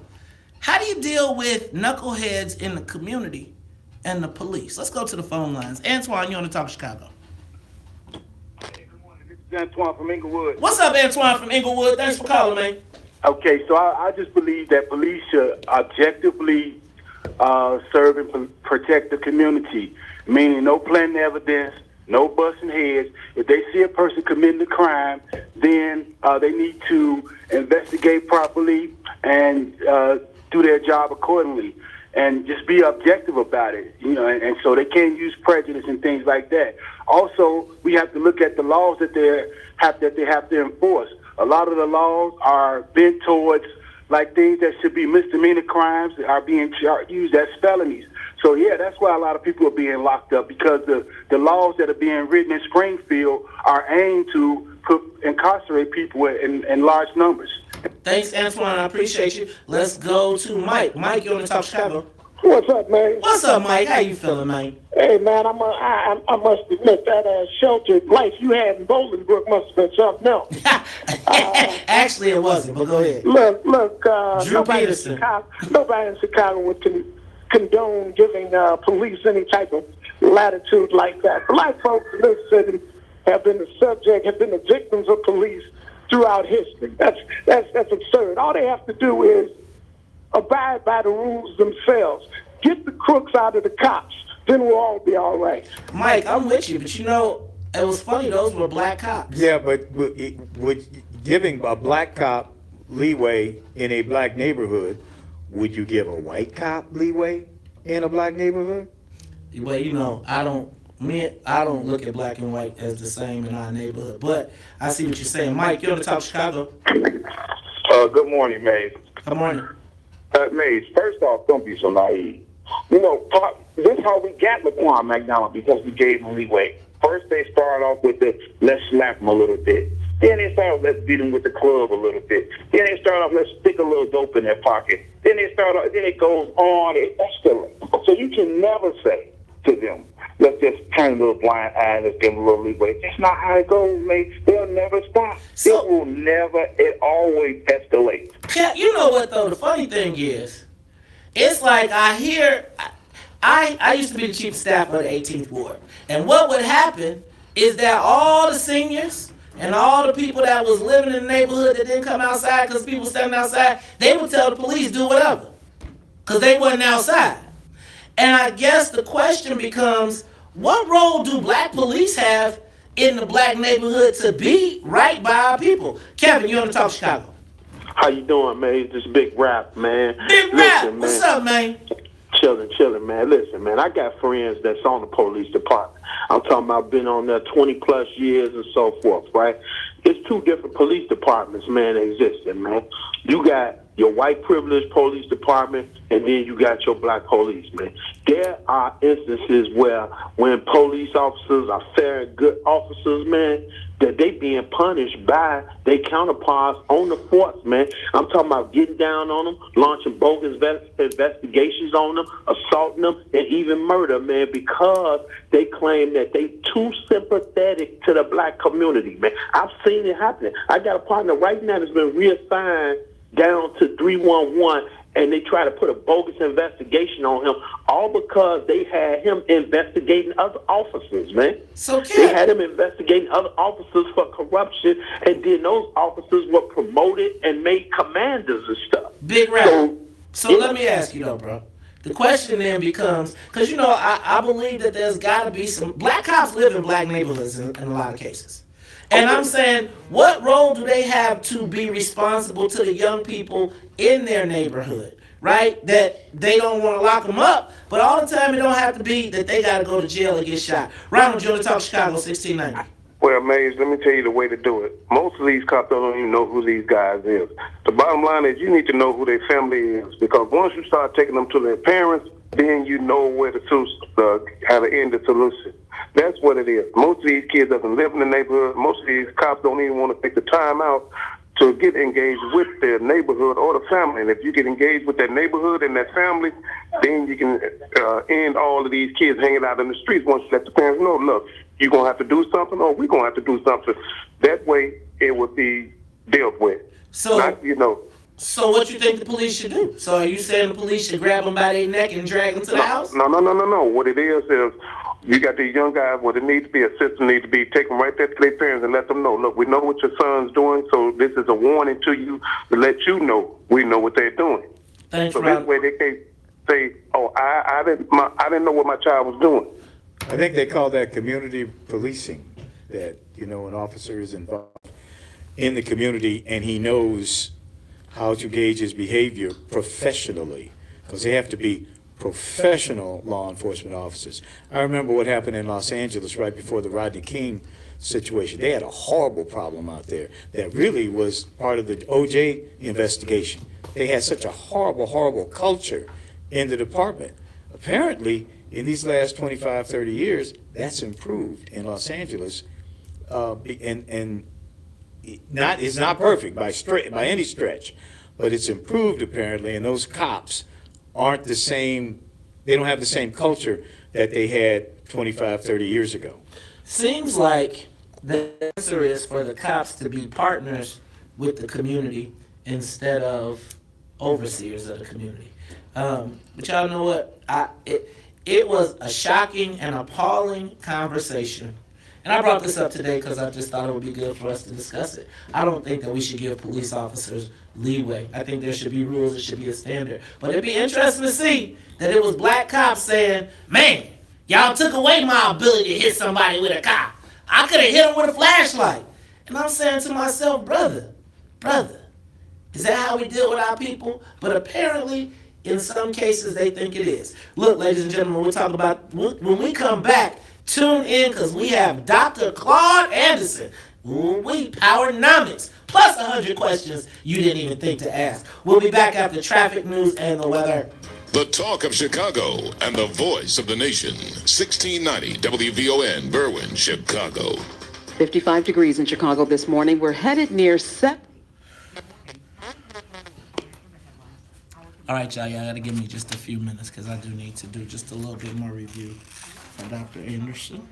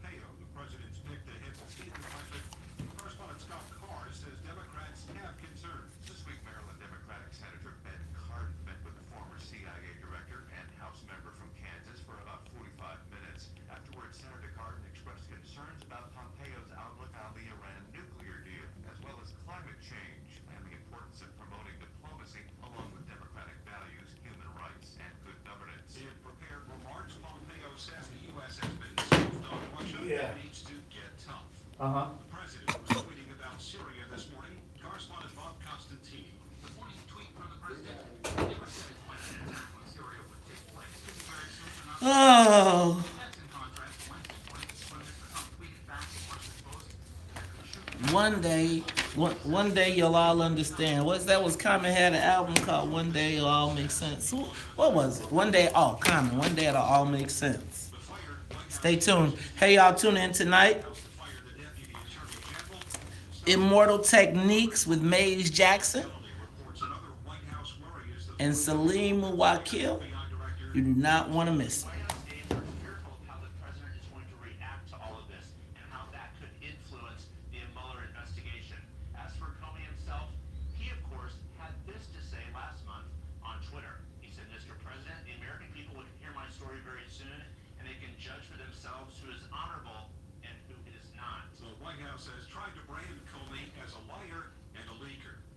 Says it will start doing annual criminal background checks on drivers and hire a company that constantly monitors criminal arrests as it tries to do a better job of keeping its riders safe.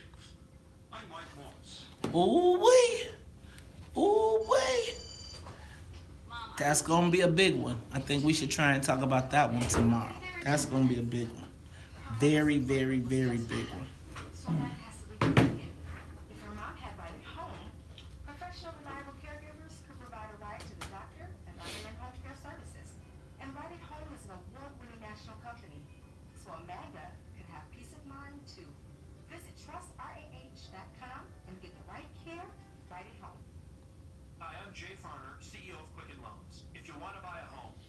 Ooh, that would be huge.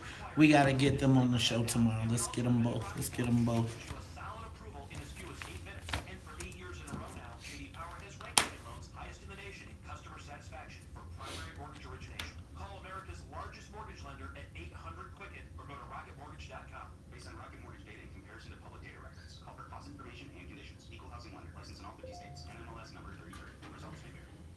Hillary Clinton today in the city, be in the building.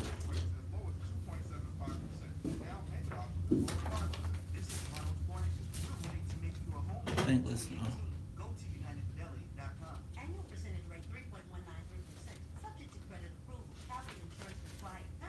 Sorry, y'all. Give me a minute. Take a moment, share the broadcast, invite friends.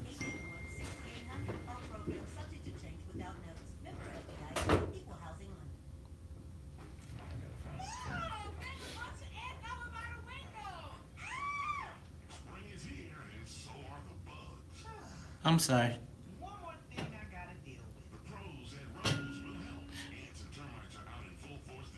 Hey, you all, tune in to the podcast tonight.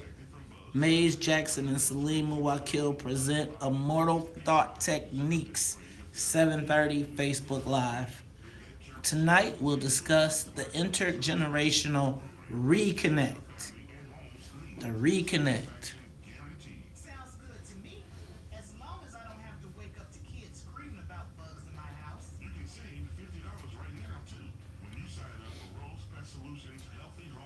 Take a moment. Invite some friends to watch Dr. Claude Anderson. Dr. Claude Anderson. Dr. Claude Anderson.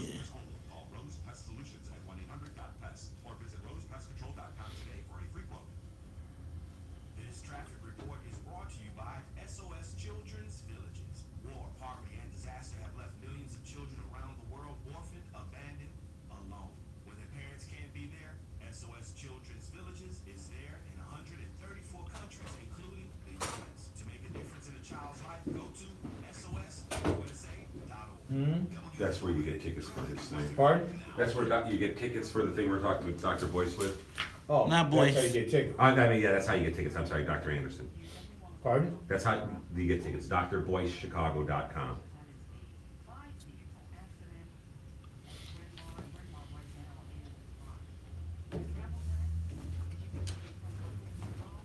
If they spell out doctor, it won't take it there.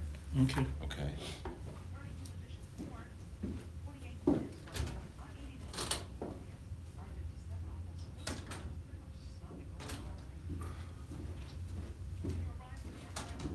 Man, can I tell you, I have been watching The Breakfast Club. It is off the chain. Here's a short bio on Dr. I need Anderson. Angela Yee and Ladies, I'm sure you're very familiar with. I do have a short bio on Dr. oh, no, Anderson. you gave me that already. Thank you.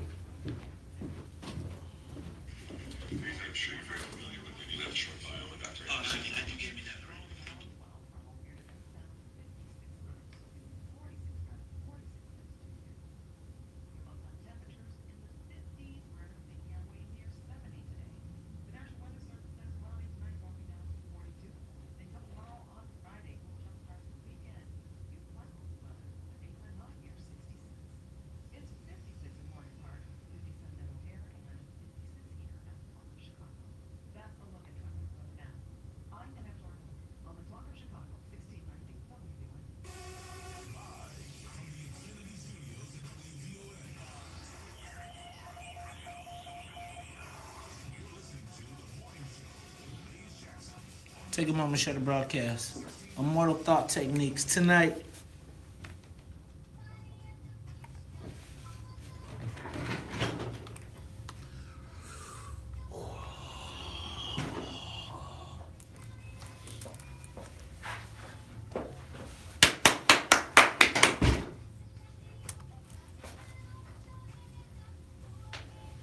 Let me be like,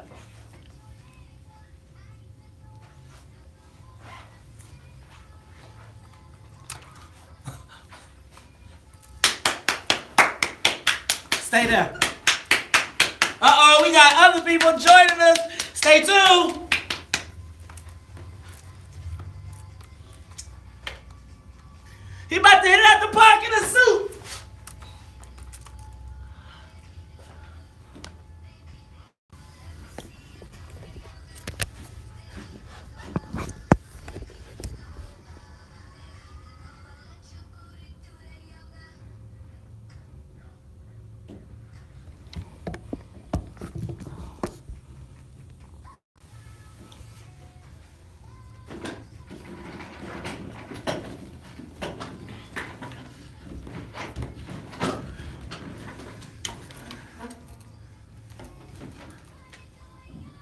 You are tuned in to the Top of Chicago, 1690 AM. I'm your host, Maze Jackson. Got my main man, Charles Thomas, in the building. And y'all know how we do at the top of the hour. Gotta say what's up to the WVON Morning Show team. What's up to Annette Flournoy in the newsroom, as well as Miss Sonia Escobar. She is the musical conductor of the Soul Plane. Now, wait a minute. Was that Mr. I'll Promote You? Was that Terry Bishop? Terry Bishop Productions in the studio getting his yoga on. I think this yoga is contagious. Hey, this is the WVON Morning Show. I'm your host, Maze Jackson. My main man, Charles Thomas. But Charles, we got on the live line. I'm going to tell you. He is, I call him an internet sensation. Because, I see him on YouTube. And I see him everywhere. But every time, since we've been doing this show and talking about what's in it for the black people, everybody has said, you gotta get Dr. Claude Anderson on the show. Comes up over and over and over again. And so, but Dorothy Tillman got a lock on him. So for the first time ever on the WVON Morning Show with Maze Jackson and Charles Thomas, we got the man with the plan, Dr. Claude Anderson. Charles, tell his background.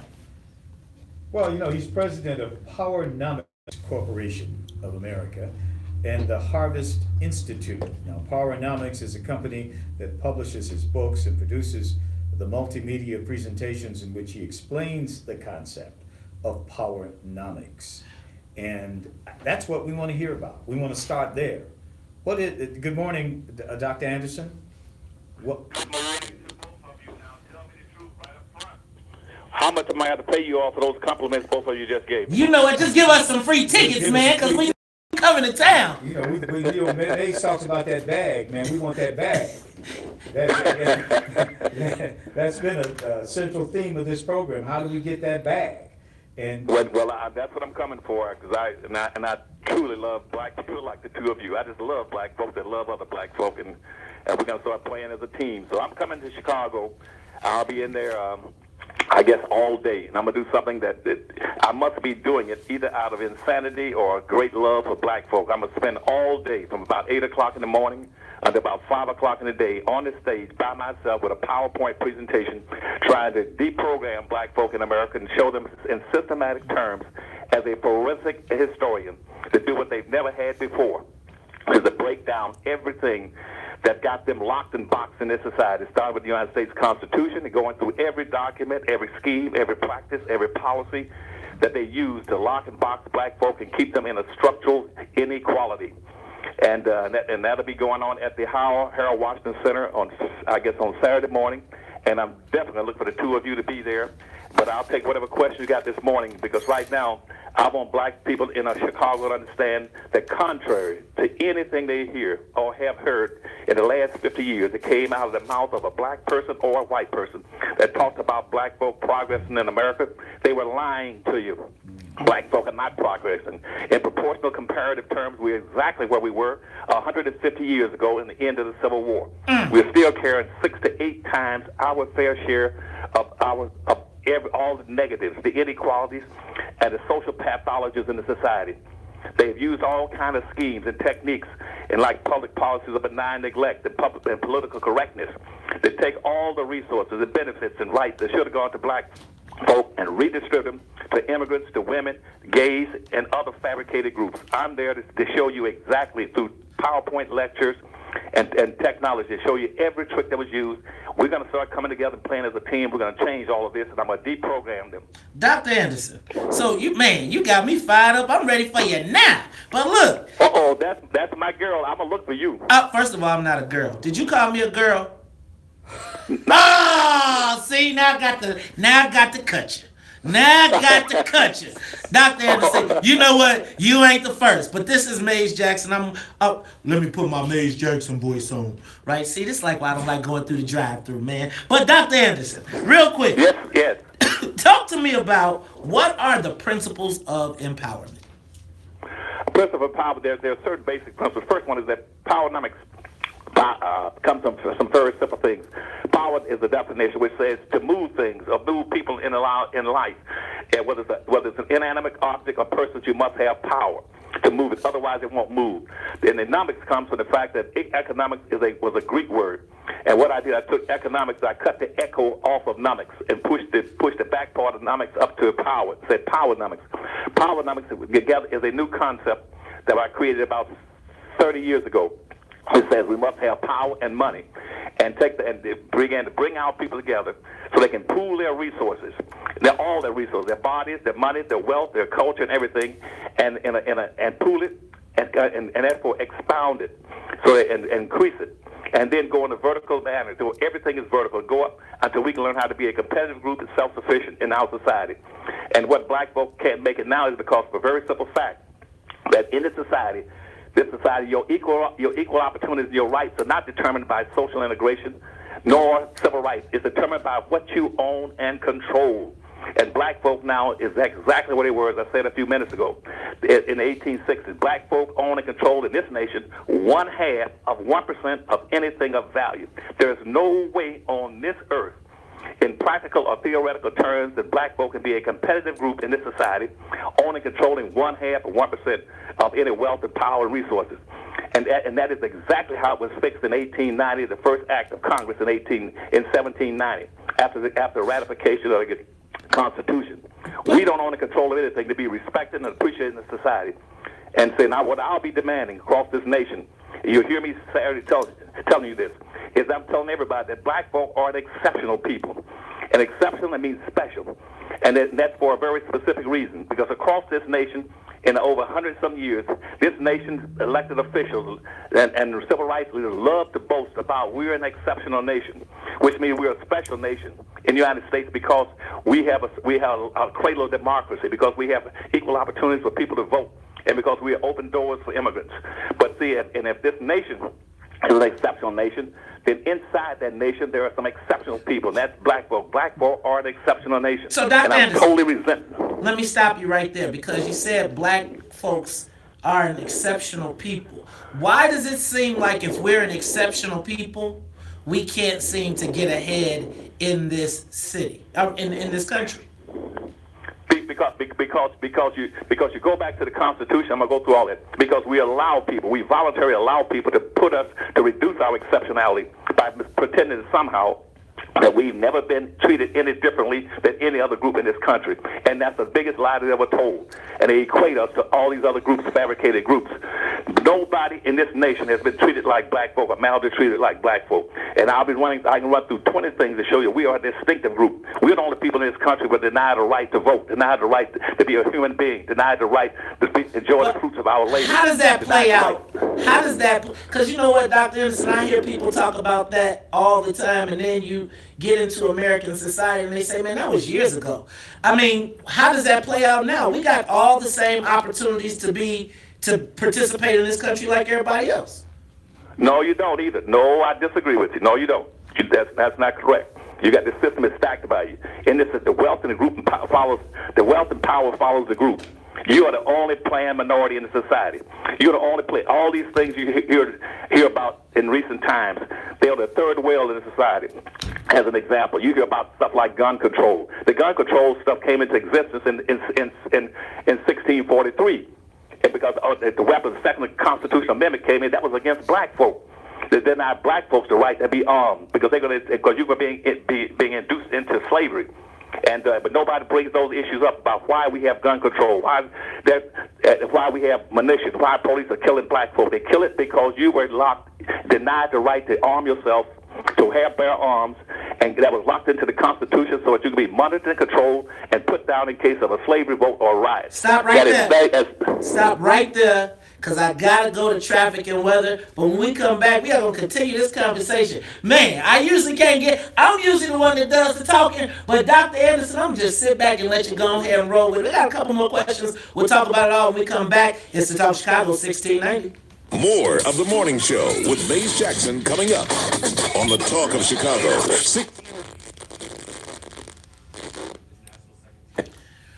I would reason that if there has been a planned conspiracy, you got to believe that. If you believe that there's a planned conspiracy to hold black people back or to disenfranchise them, then you have to have something to offset it, right? You got to think about how do you offset a system that has been put in place specifically to disenfranchise black people. If you expect them to just compete, some people will survive and thrive. That's the 10% that escape poverty. But what happens to the 50 that stay and are continually born and repeated? See, I would argue that those of us not born in the 50% or that made it out of the 50% have the perspective that it's all good for everybody. I would tell you that I personally benefited and had a bunch of things go right. So I did go to school in the suburbs. I did get an academic scholarship that was based on race, even though I was one of the smartest people in my school. And I have benefited from the programs created. But I don't necessarily think that that is the norm for the 50% that did not have those advantages. I'm excited to share that the show is moving to a new time and a new day. In 2018, join me at 7 a.m. to 9 a.m. every Sunday to get your week started with intention and So anyway, the key becomes, what's our plan? L-Dub, what's up, boy?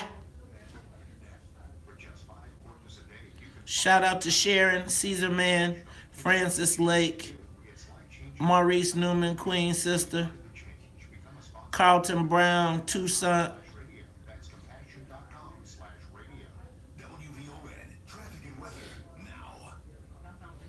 That's all right. What up, Johnny Diggs?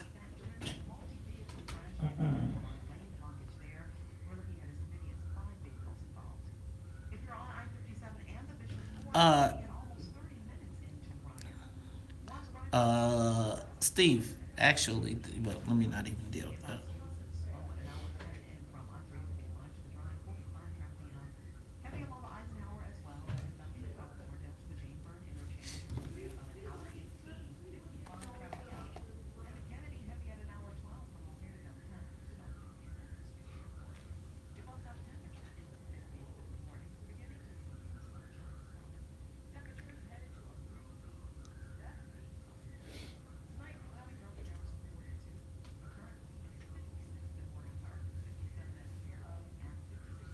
Okay, don't forget tonight, y'all. 7:30 p.m. Maze Jackson and Salim Wakil present Immortal Thought Techniques. We will be discussing the intergenerational reconnect. Reconnect. Tune in. Don't miss it. Don't. Angel.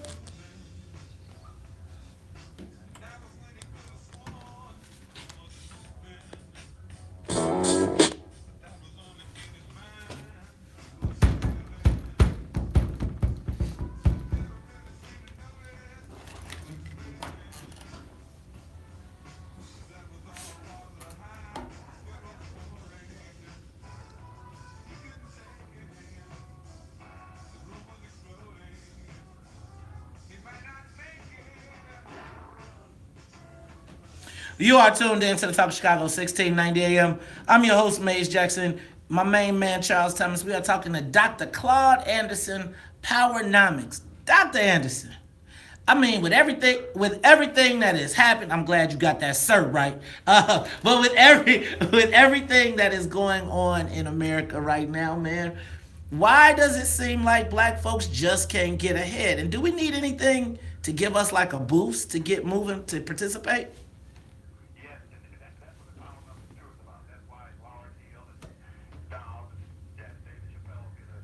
They did a national tour and international tour called the Powernomics Tour back started last October.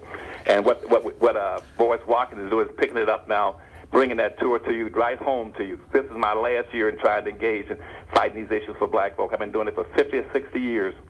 all around the world. And when you I was with quit? presidents and governors. Huh? Why you quitting, man? Because right now I've grown tired. Because right now I got all kind of lawsuits fighting for black folks. It cost me $150,000 just paying legal fees for black folks to try for the courts to enforce the 1866 Indian Treaty, which committed black folks to be treated in all manners similar to the way these white Indians, which are called $5 Indians, are treated. And I'm in the federal claims court, small claims court, the appeals court, the Sixth Circuit court, and the appeals to the Supreme Court, where black folk entitled to billions of dollars on these treaties.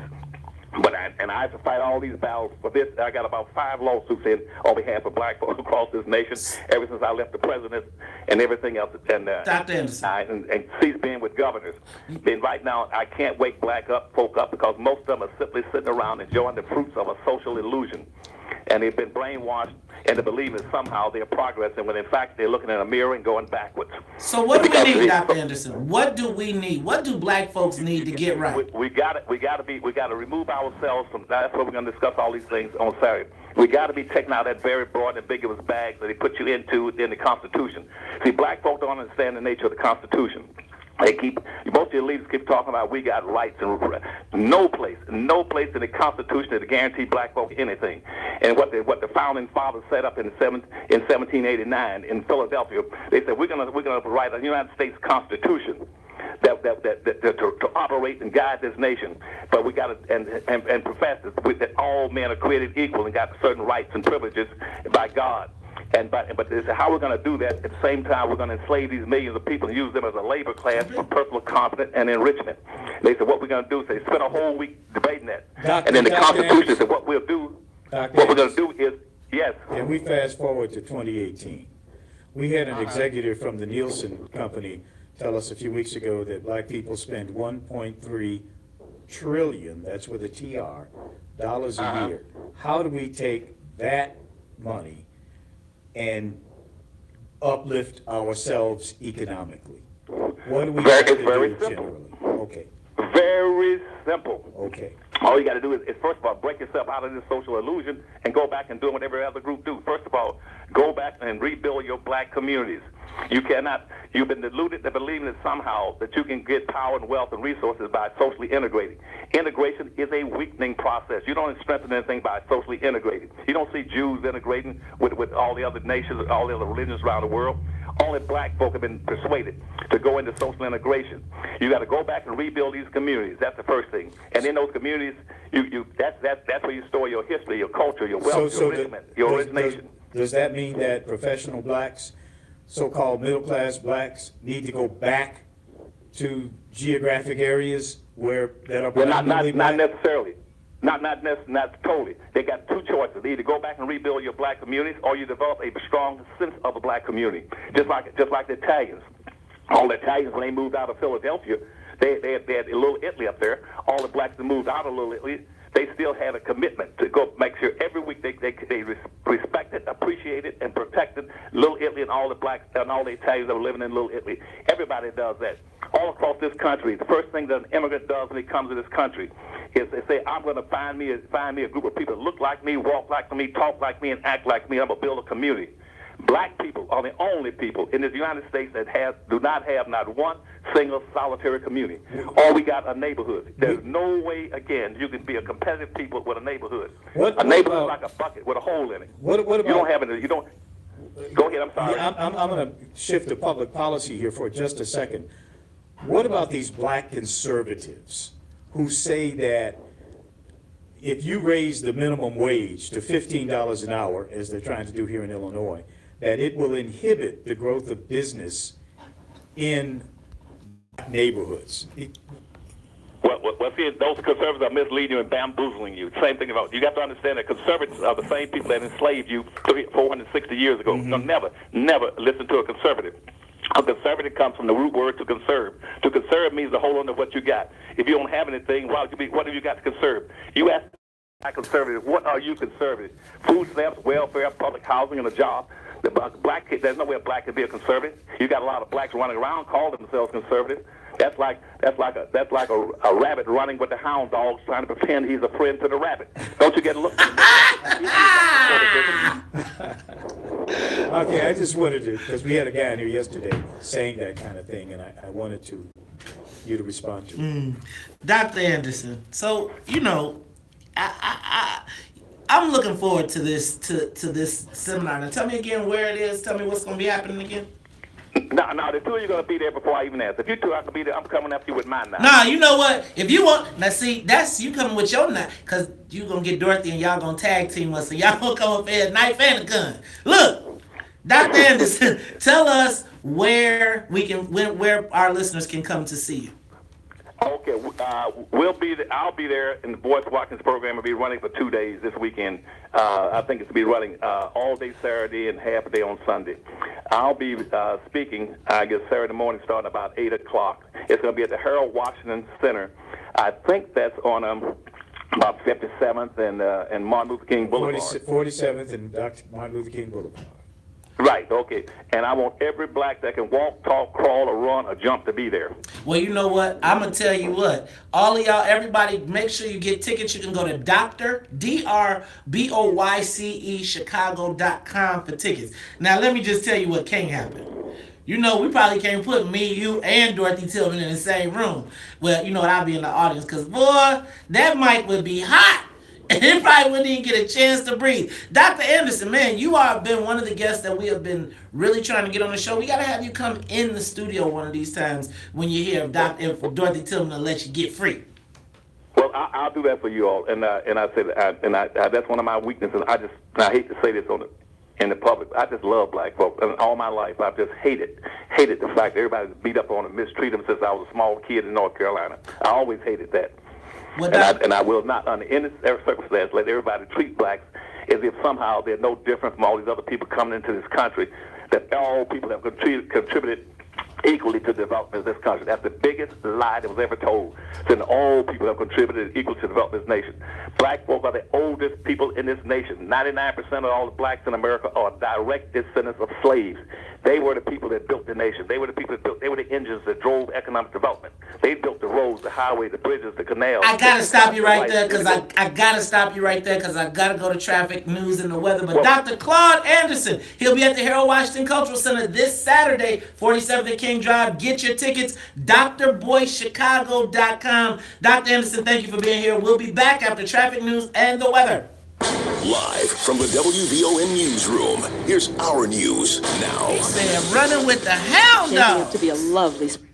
A rabbit running with the hound dog. That's better than my long-tailed cat in a room full of rocking chairs. Good Lord.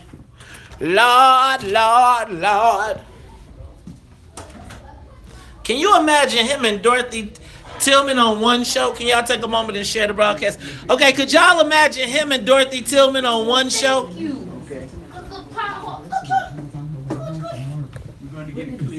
I knew you would, Mr. Moore. You are tuned into the WVON Morning Show. I'm your host, Maze Jackson, chilling out in the studio. Dr. Claude Anderson, he wasn't in the building. He was actually on the phone. Website, your average life expectancy is around 69. However, if you reside outside, you live to be 85. That's according to a survey conducted by Rush University. And we like to take the kids out. Tower, Rush's associate vice president of community engagement, tells me in Charles this morning that there's a better in Chicago. Good seeing you. Okay. You take care now. Yeah. Okay. Mr. Moore came and saw me DJ. He came and saw you DJ.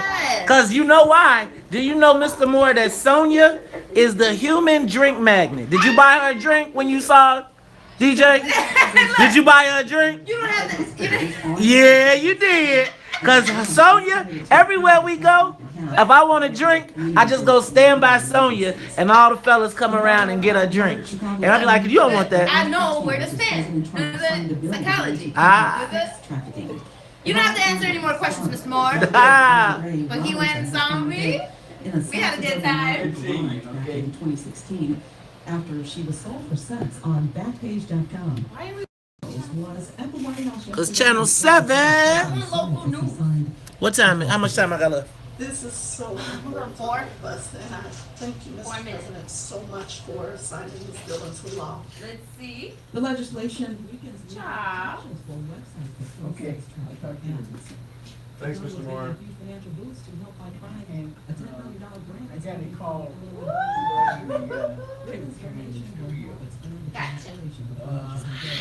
And the University of Chicago Crime Lab, which has been working with the city to develop smarter policing and crime fighting strategies. UFC Kimberly Smith was at the news conference with Superintendent Claude Johnson and made an announcement yesterday. She spoke live with WVON. Hey man, we happy to work. I'd rather have heat than cold. Talk to you later. All right. Hey, But in the summertime. In the summertime, man, them glass be cooking you. They got that thermonuclear glass. Take a moment, share the broadcast.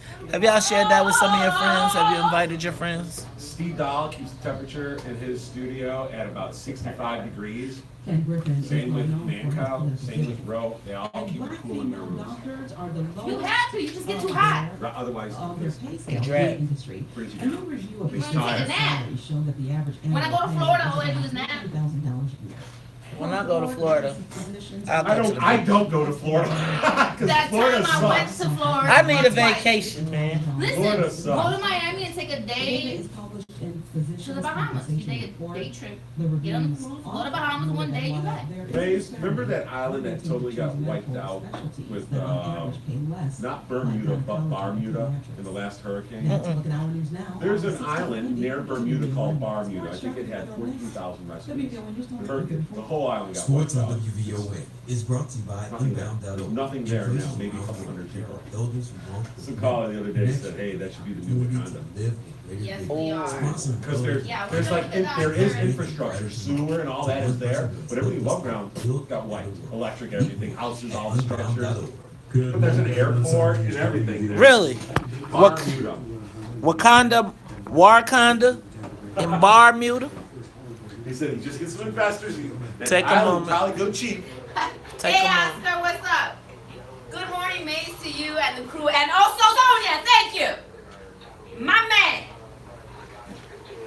Oscar Ortiz. It'd be funny. I'd be like, Hey, I see myself, but I don't see. Airplane mode. Angel. all right, y'all. We back? Hey, Amazing, we're gonna go through a couple of these calls here or no? Yeah, we can. And movie. There was about 75 to 80% sold out on the first floor yesterday, so there was good attendance. Okay, great. Okay, so really thank the people and promote the next movie.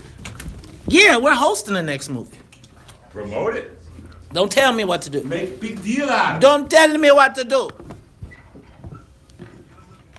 You know, Mom. Yes, she can. I was about to say, my mama don't tell me what to do. But yes, she You can. know what? I ain't met gonna your say mother, that. And I think she has once or twice told you what to do. She will give a brother a tighten up. A Do tune-up. the tighten up. Hey, do the tighten up. Do the tighten. Hey, have you ever eaten? Did you ever eat taco pizza when you were a kid? Taco pizza. Huh? You never had taco pizza like from school? It was like one of the best lunches ever. No, we, oh, that's your guy? Ah, he's cute. Who? His dog. Okay, y'all want to taco pizza? How many of y'all ever ate taco pizza when y'all was a kid in school? That was one of my favorite lunches. This is my taco pizza.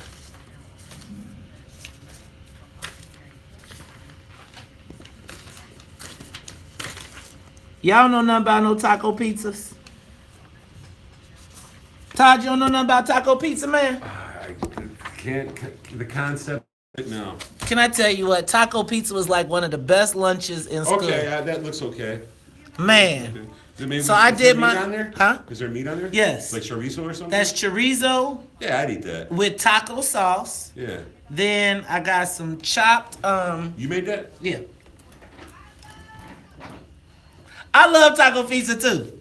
Man, and I actually got the lettuce and the tomato. Look at that. Look at it, still sizzling. Imagine Look at the that. radio station that blew their contract because they couldn't make any money. Now the new radio station that just took it over, WGN, and they got to broadcast a team that has no fans.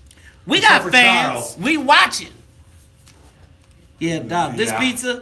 pizza right here, I'm telling you. Y'all know nothing about that. Let me show y'all. One more time. What y'all know about the taco pizza? Y'all ever had taco pizza? Y'all ever had that at school? We had the worst pizza at school. Remember those squares? They had the square, the soft. They were soft and airy. The crust would just, you pick it up and just like fold. You had to fold it over. Yes. Come in the big pan. Greasy as heck on top.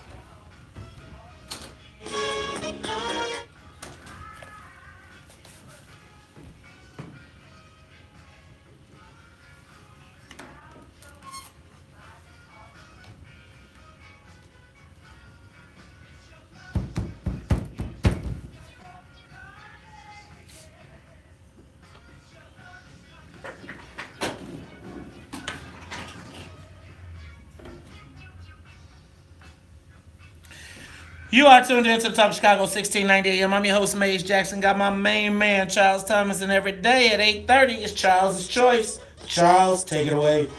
You know, the Harold Washington Cultural Center seems like the place to be on Saturday morning. Because, I mean, finance, business, how do we extract ourselves from this economic ditch, if you will, has to be the number one priority for black people. And if there's going to be a moment in time where we can concentrate, focus on that, Saturday morning at the Harold Washington Center, 47th and King Drive with Dr. Claude Anderson. That seems to be the place to be. Finance, money, yep. But what's the song? Oh, that's the Parliament, Wizard of Finance. Yeah. It's the WVON Morning Show. I'm your host, Maze Jackson, my main man, Charles Thomas, and it is Charles' Choice. We do that every day at 8:30. Hey, man, 8 o'clock on Saturday morning, the Harold Washington Cultural Center, the place to be. But check it out. Apparently last night, Harold Washington Cultural Center was the place to be. Said they almost, you know what, I'm feeling some kind of way. So the movie y'all gonna make, y'all gonna sell it out. Y'all gonna fill up the whole first floor. Really? Man, now let me tell you what. This WVON Black Heritage Film Series continues, Charles, next week, where you and I will be hosting the Khalif Browder story. Now, at 16, Khalif Browder was accused of stealing a backpack, which led him to spending 400 days in solitary confinement.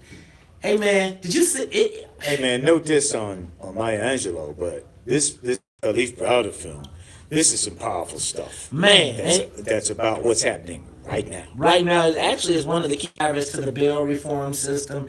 This was produced by, we don't talk about the Harvey Weinstein part, we just talk about the Jay-Z part. Jay-Z took this story and got it produced. It's actually a 4-part series, and we're going to show the first one and encourage everybody to check it out. It is one of the most riveting documentaries you'll ever see. Be there Wednesday, April 18th, the Harold Washington Cultural Center, 47th and King Drive for the Khalif Browder story. Doors open at 6 p.m. The film starts at 7. Then Charles State. Now look, did Davita call you? Oh yeah. She called you. She called me. We said we was going to do it. I said, hey, Davita, check this out. We got to do a morning show, right? Like a morning show. Morning. We only need to do a morning show. So, we're going to have a discussion immediately following the show. And Charles, we're going to talk about this America's criminal justice system. Okay, now, again, next Wednesday, 47th King Drive, it is the 2018 Black Heritage Film Series. If you want to get tickets, go to WVON.com for ticket information and a complete list of films. Now, Charles, we just got through talking to Dr. Claude Anderson. I'm pretty fired up about that. We got some calls. Can we take some of these calls and see what people say? I want to talk to George because he called out the conservatives, and George seems to have a problem with that. George, you're on the Top of Chicago. Good morning, Mays and Charles. Good morning, You know what I'm sick of? I'm sick of these educated fools with their uneducated ideas of believing that being a conservative, we own businesses. We want to hire folks to get them above the minimum wage. Minimum wage is set by government. What he failed to also talk about is that it was government that enslaved our black asses back in that time period too. What we have to do, not only educate ourselves. You guys had a young lady on there talking about trying to get people well trained and into the workforce. Those jobs pay more. Charles, I sent you information on the iron workers the other day, sent the text message to you about iron workers getting ready to hire. This is what we're supposed to do in our community. Stop looking up, waiting for crumbs to come from Longshanks' table, and let's start actually doing it in our own communities. Stop sending our kids to these schools when we know those schools are failing us. Why not put our kids into private schools to give them a better education, to prepare them for STEM? Well, there's no concentration on STEM in this country or in this state, right here in this state, that's being ran by a bunch of black politicians, black liberal politicians like that doctor who have just sold out the black civil rights by signing that piece of legislation that you two were just talking about this morning. Thanks, Mark. I hit the wrong number. Wait a minute. No, I didn't hit the wrong number. You know what I think the problem here is, and Charles, when you called out the conservatives, and even when our man came in here. Well, he said yesterday, he talked about minimum wage. You know, I think it goes to the point that we talk about all the time about these labels and pick, right? So I feel like when you heard Dr. Anderson say, if you say you're a conservative, then you're a and he just went on down the line. And then if you talk to somebody, we talk about liberals, etc. But I think the problem for black folks is that they want to put us in a box. And we don't need to be in a box. I'm not conservative. I'm not liberal. I'm Mays. I'm a black man who concerns himself with black self-interest. Yeah. So, what are the black self-interests from conservatives, from Democrats, from Republicans, from liberals? What is it that we want? And put it together and say it. You know, I've often said to you for as long as I've known you that there needs to be an effort to reconstitute our community, not as a place, but as a movement of woke, conscious people who are all concerned about what works best for black people. The reason I asked that minimum wage question is because that is a matter of public policy now. But there are business owners who own, for instance, lots of fast food restaurants who oppose the minimum wage being mandated by someplace else because our community has we have different needs. And so why should we be mandated to pay a higher or $15 an hour minimum wage when we're trying to start businesses from the very, very, very beginning here? I mean, we're not talking about national chains. We're talking about corner stores. We're talking about restaurants in the neighborhood. We're talking about growing our businesses from the very, very beginning. And maybe when they mandate things, be it minimum wage or some other regulation, it makes it more difficult for us to grow the businesses in our community. Can we grow the businesses in our community? I'm going to let that be. Let's go to the phone lines. Mark, you're on the Talk of Chicago 1690. Good morning, Mays and Charles. Good morning. Very, very simply put, I had a developer who's very wealthy in this city take me by the hand, show me the development game, and even gave me the first startup money to do the first couple of developments. That is what we have to do for our people. We have to develop our people. We have to be taught how to do whatever needs to be done, and then we must teach others. And so, and we must give them that start off, because that's what's happening in other communities and other races of people, and other ethnic groups. Mark, back up real quick, because you said you had to be taught. So, see, one of the debates that we've had here is that our community, in so many cases, I believe, needs to be caught up in the workforce, because we have an underdeveloped workforce. But Mays, let me say this to you all. There are people who should be looked at with the same criminal eyes as the guy that sells drugs and shoot and kill. There are people who have been given millions, hundreds of millions of dollars. Yes. Socially developed people in our community and haven't done their jobs. But year after year, they receive these grant programs programs and all these different things, these different programmatic dollars, and they never do their job. What is their It's almost job, like Mark? What is their job with the programmatic dollars? What was their job with the Quan McDonald? No, what was their job with the programmatic dollars? Okay. Some of them, they have jobs to socially develop. Some have jobs to economically develop. They have programs, not jobs. Essentially, it's their job. But they have they've been given fundings to economically and socially develop people. It's what Dr. King said when he mentioned the Poor People's Campaign, that if we didn't get the $30 billion to socially develop the people, then we would be dealing with these issues today. Gotta stop you right there. We gotta go to traffic and weather. We'll be back after that. More of the morning show with Mace Jackson coming up. Y'all, there are whole agencies who make hundreds of millions of dollars, and their whole job is to get black people ready to work. If you've ever seen a CAPS office, CAPS, they go out, they flag people down because they go and they say, if you go to Springfield, the reason that we keep having job training programs is because the narrative that, oh, goodness. Hey, y'all. It's a reason. That's why we got all these dang social service millionaires. And the person that you heard Mark talking about is a multi-millionaire developer that has started many of the black businesses and puts his money where his mouth is. Really funds a lot of the people that you see here and talk to on a regular basis. Even a lot of the activists, the people that claim to be activists, are generally some way, shape, or form financed by the same person that Mark is talking about. But that all of the people that have, he believes that what much is given, much is required, which is why you see so many, he's got so many of the young people that are out here talking about it, really helping them try to get a plan to execute their dreams. Most of the people that we have that have achieved or arrived, like I tell you, they're comfortable in their existence.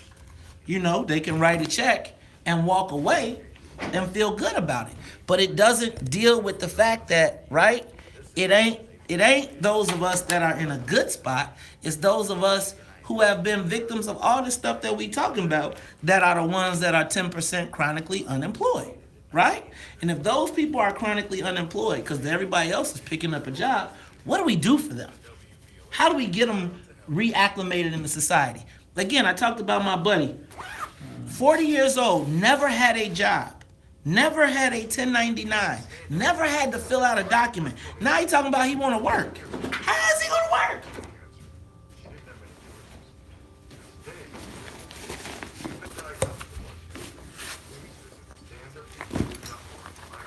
The things that white folks consider normal, the things that white folks consider normal, the things that they consider normal, Talk to you later, bye.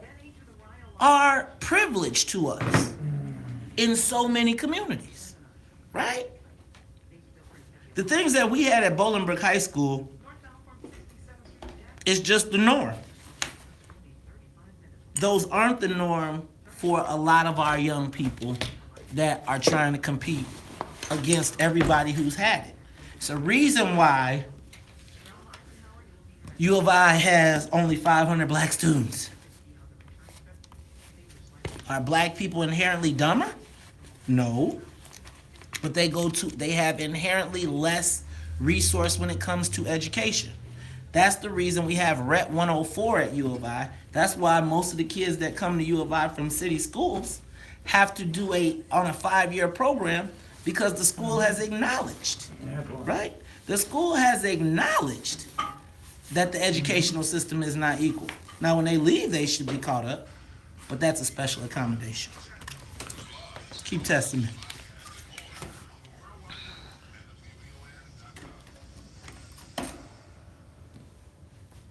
And to not fight for them to get resources is doing them a disservice.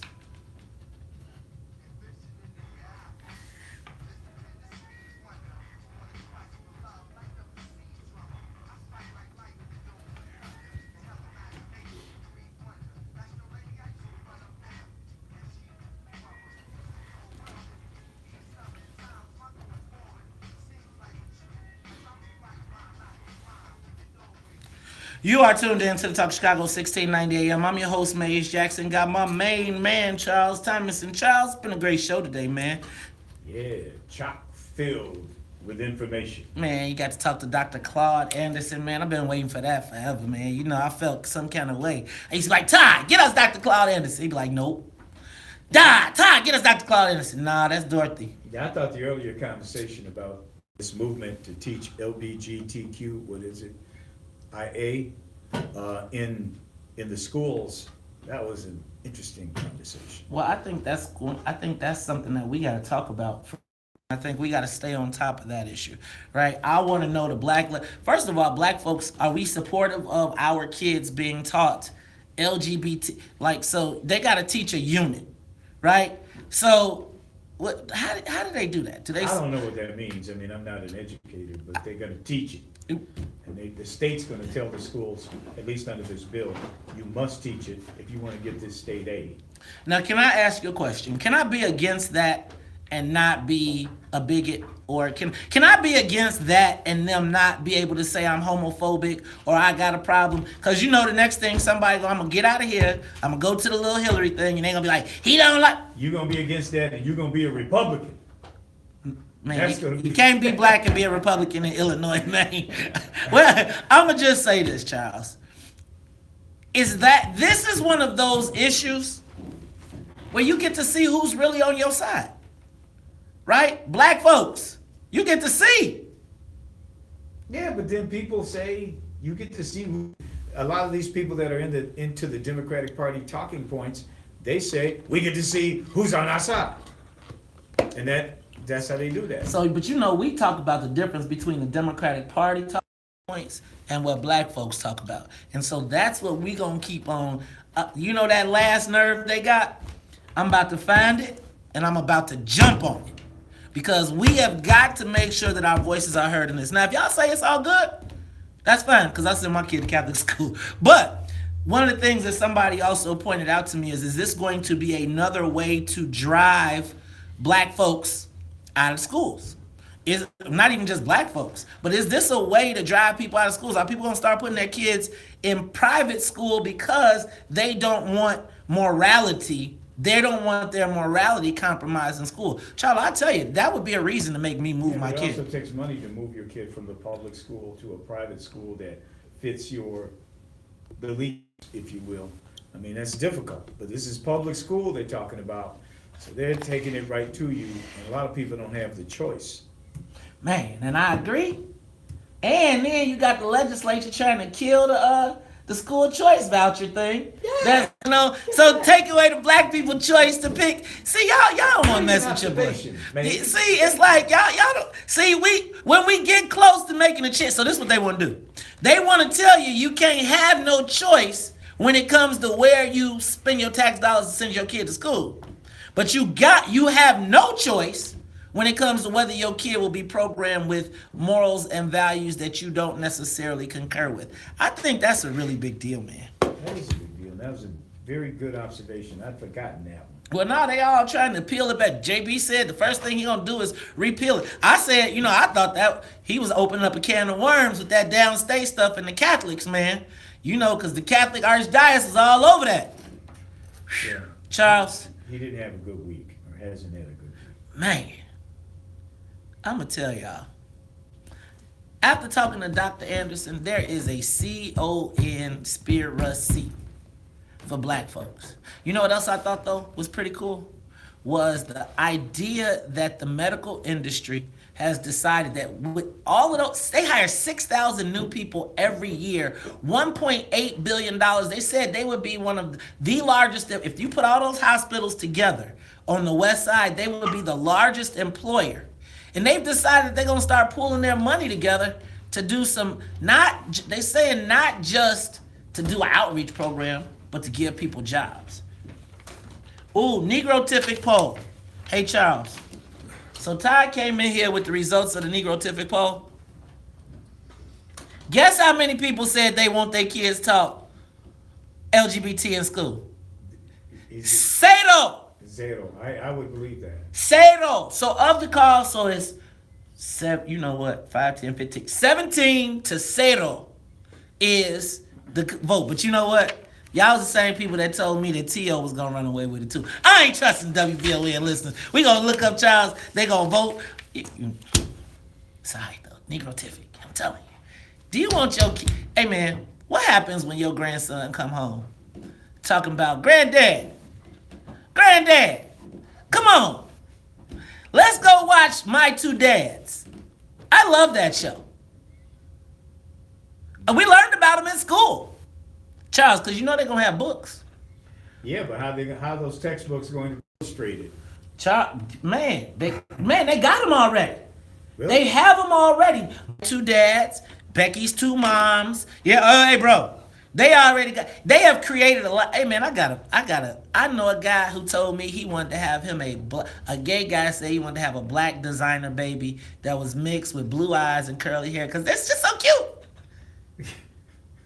We're going to learn about that in school, too. Look, man, black folks, wake up. Wake up. Hey, Flournoy in the newsroom.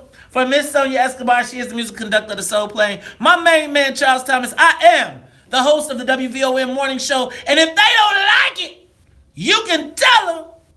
May said, hey, Sonia, real quick, don't forget, tonight, the podcast, Immortal Thoughts, May, Salim, check us out. It's the Talk of Chicago 1690. We'll be back. Oh, no, we won't. Oh. That's it, y'all. That's it, that's all. That's all I got.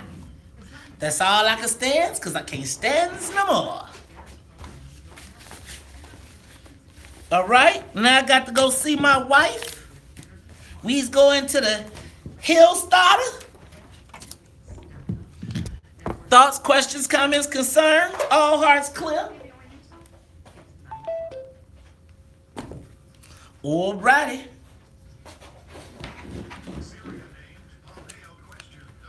Thank you. Everybody, have a great day. Talk to you later. Peace.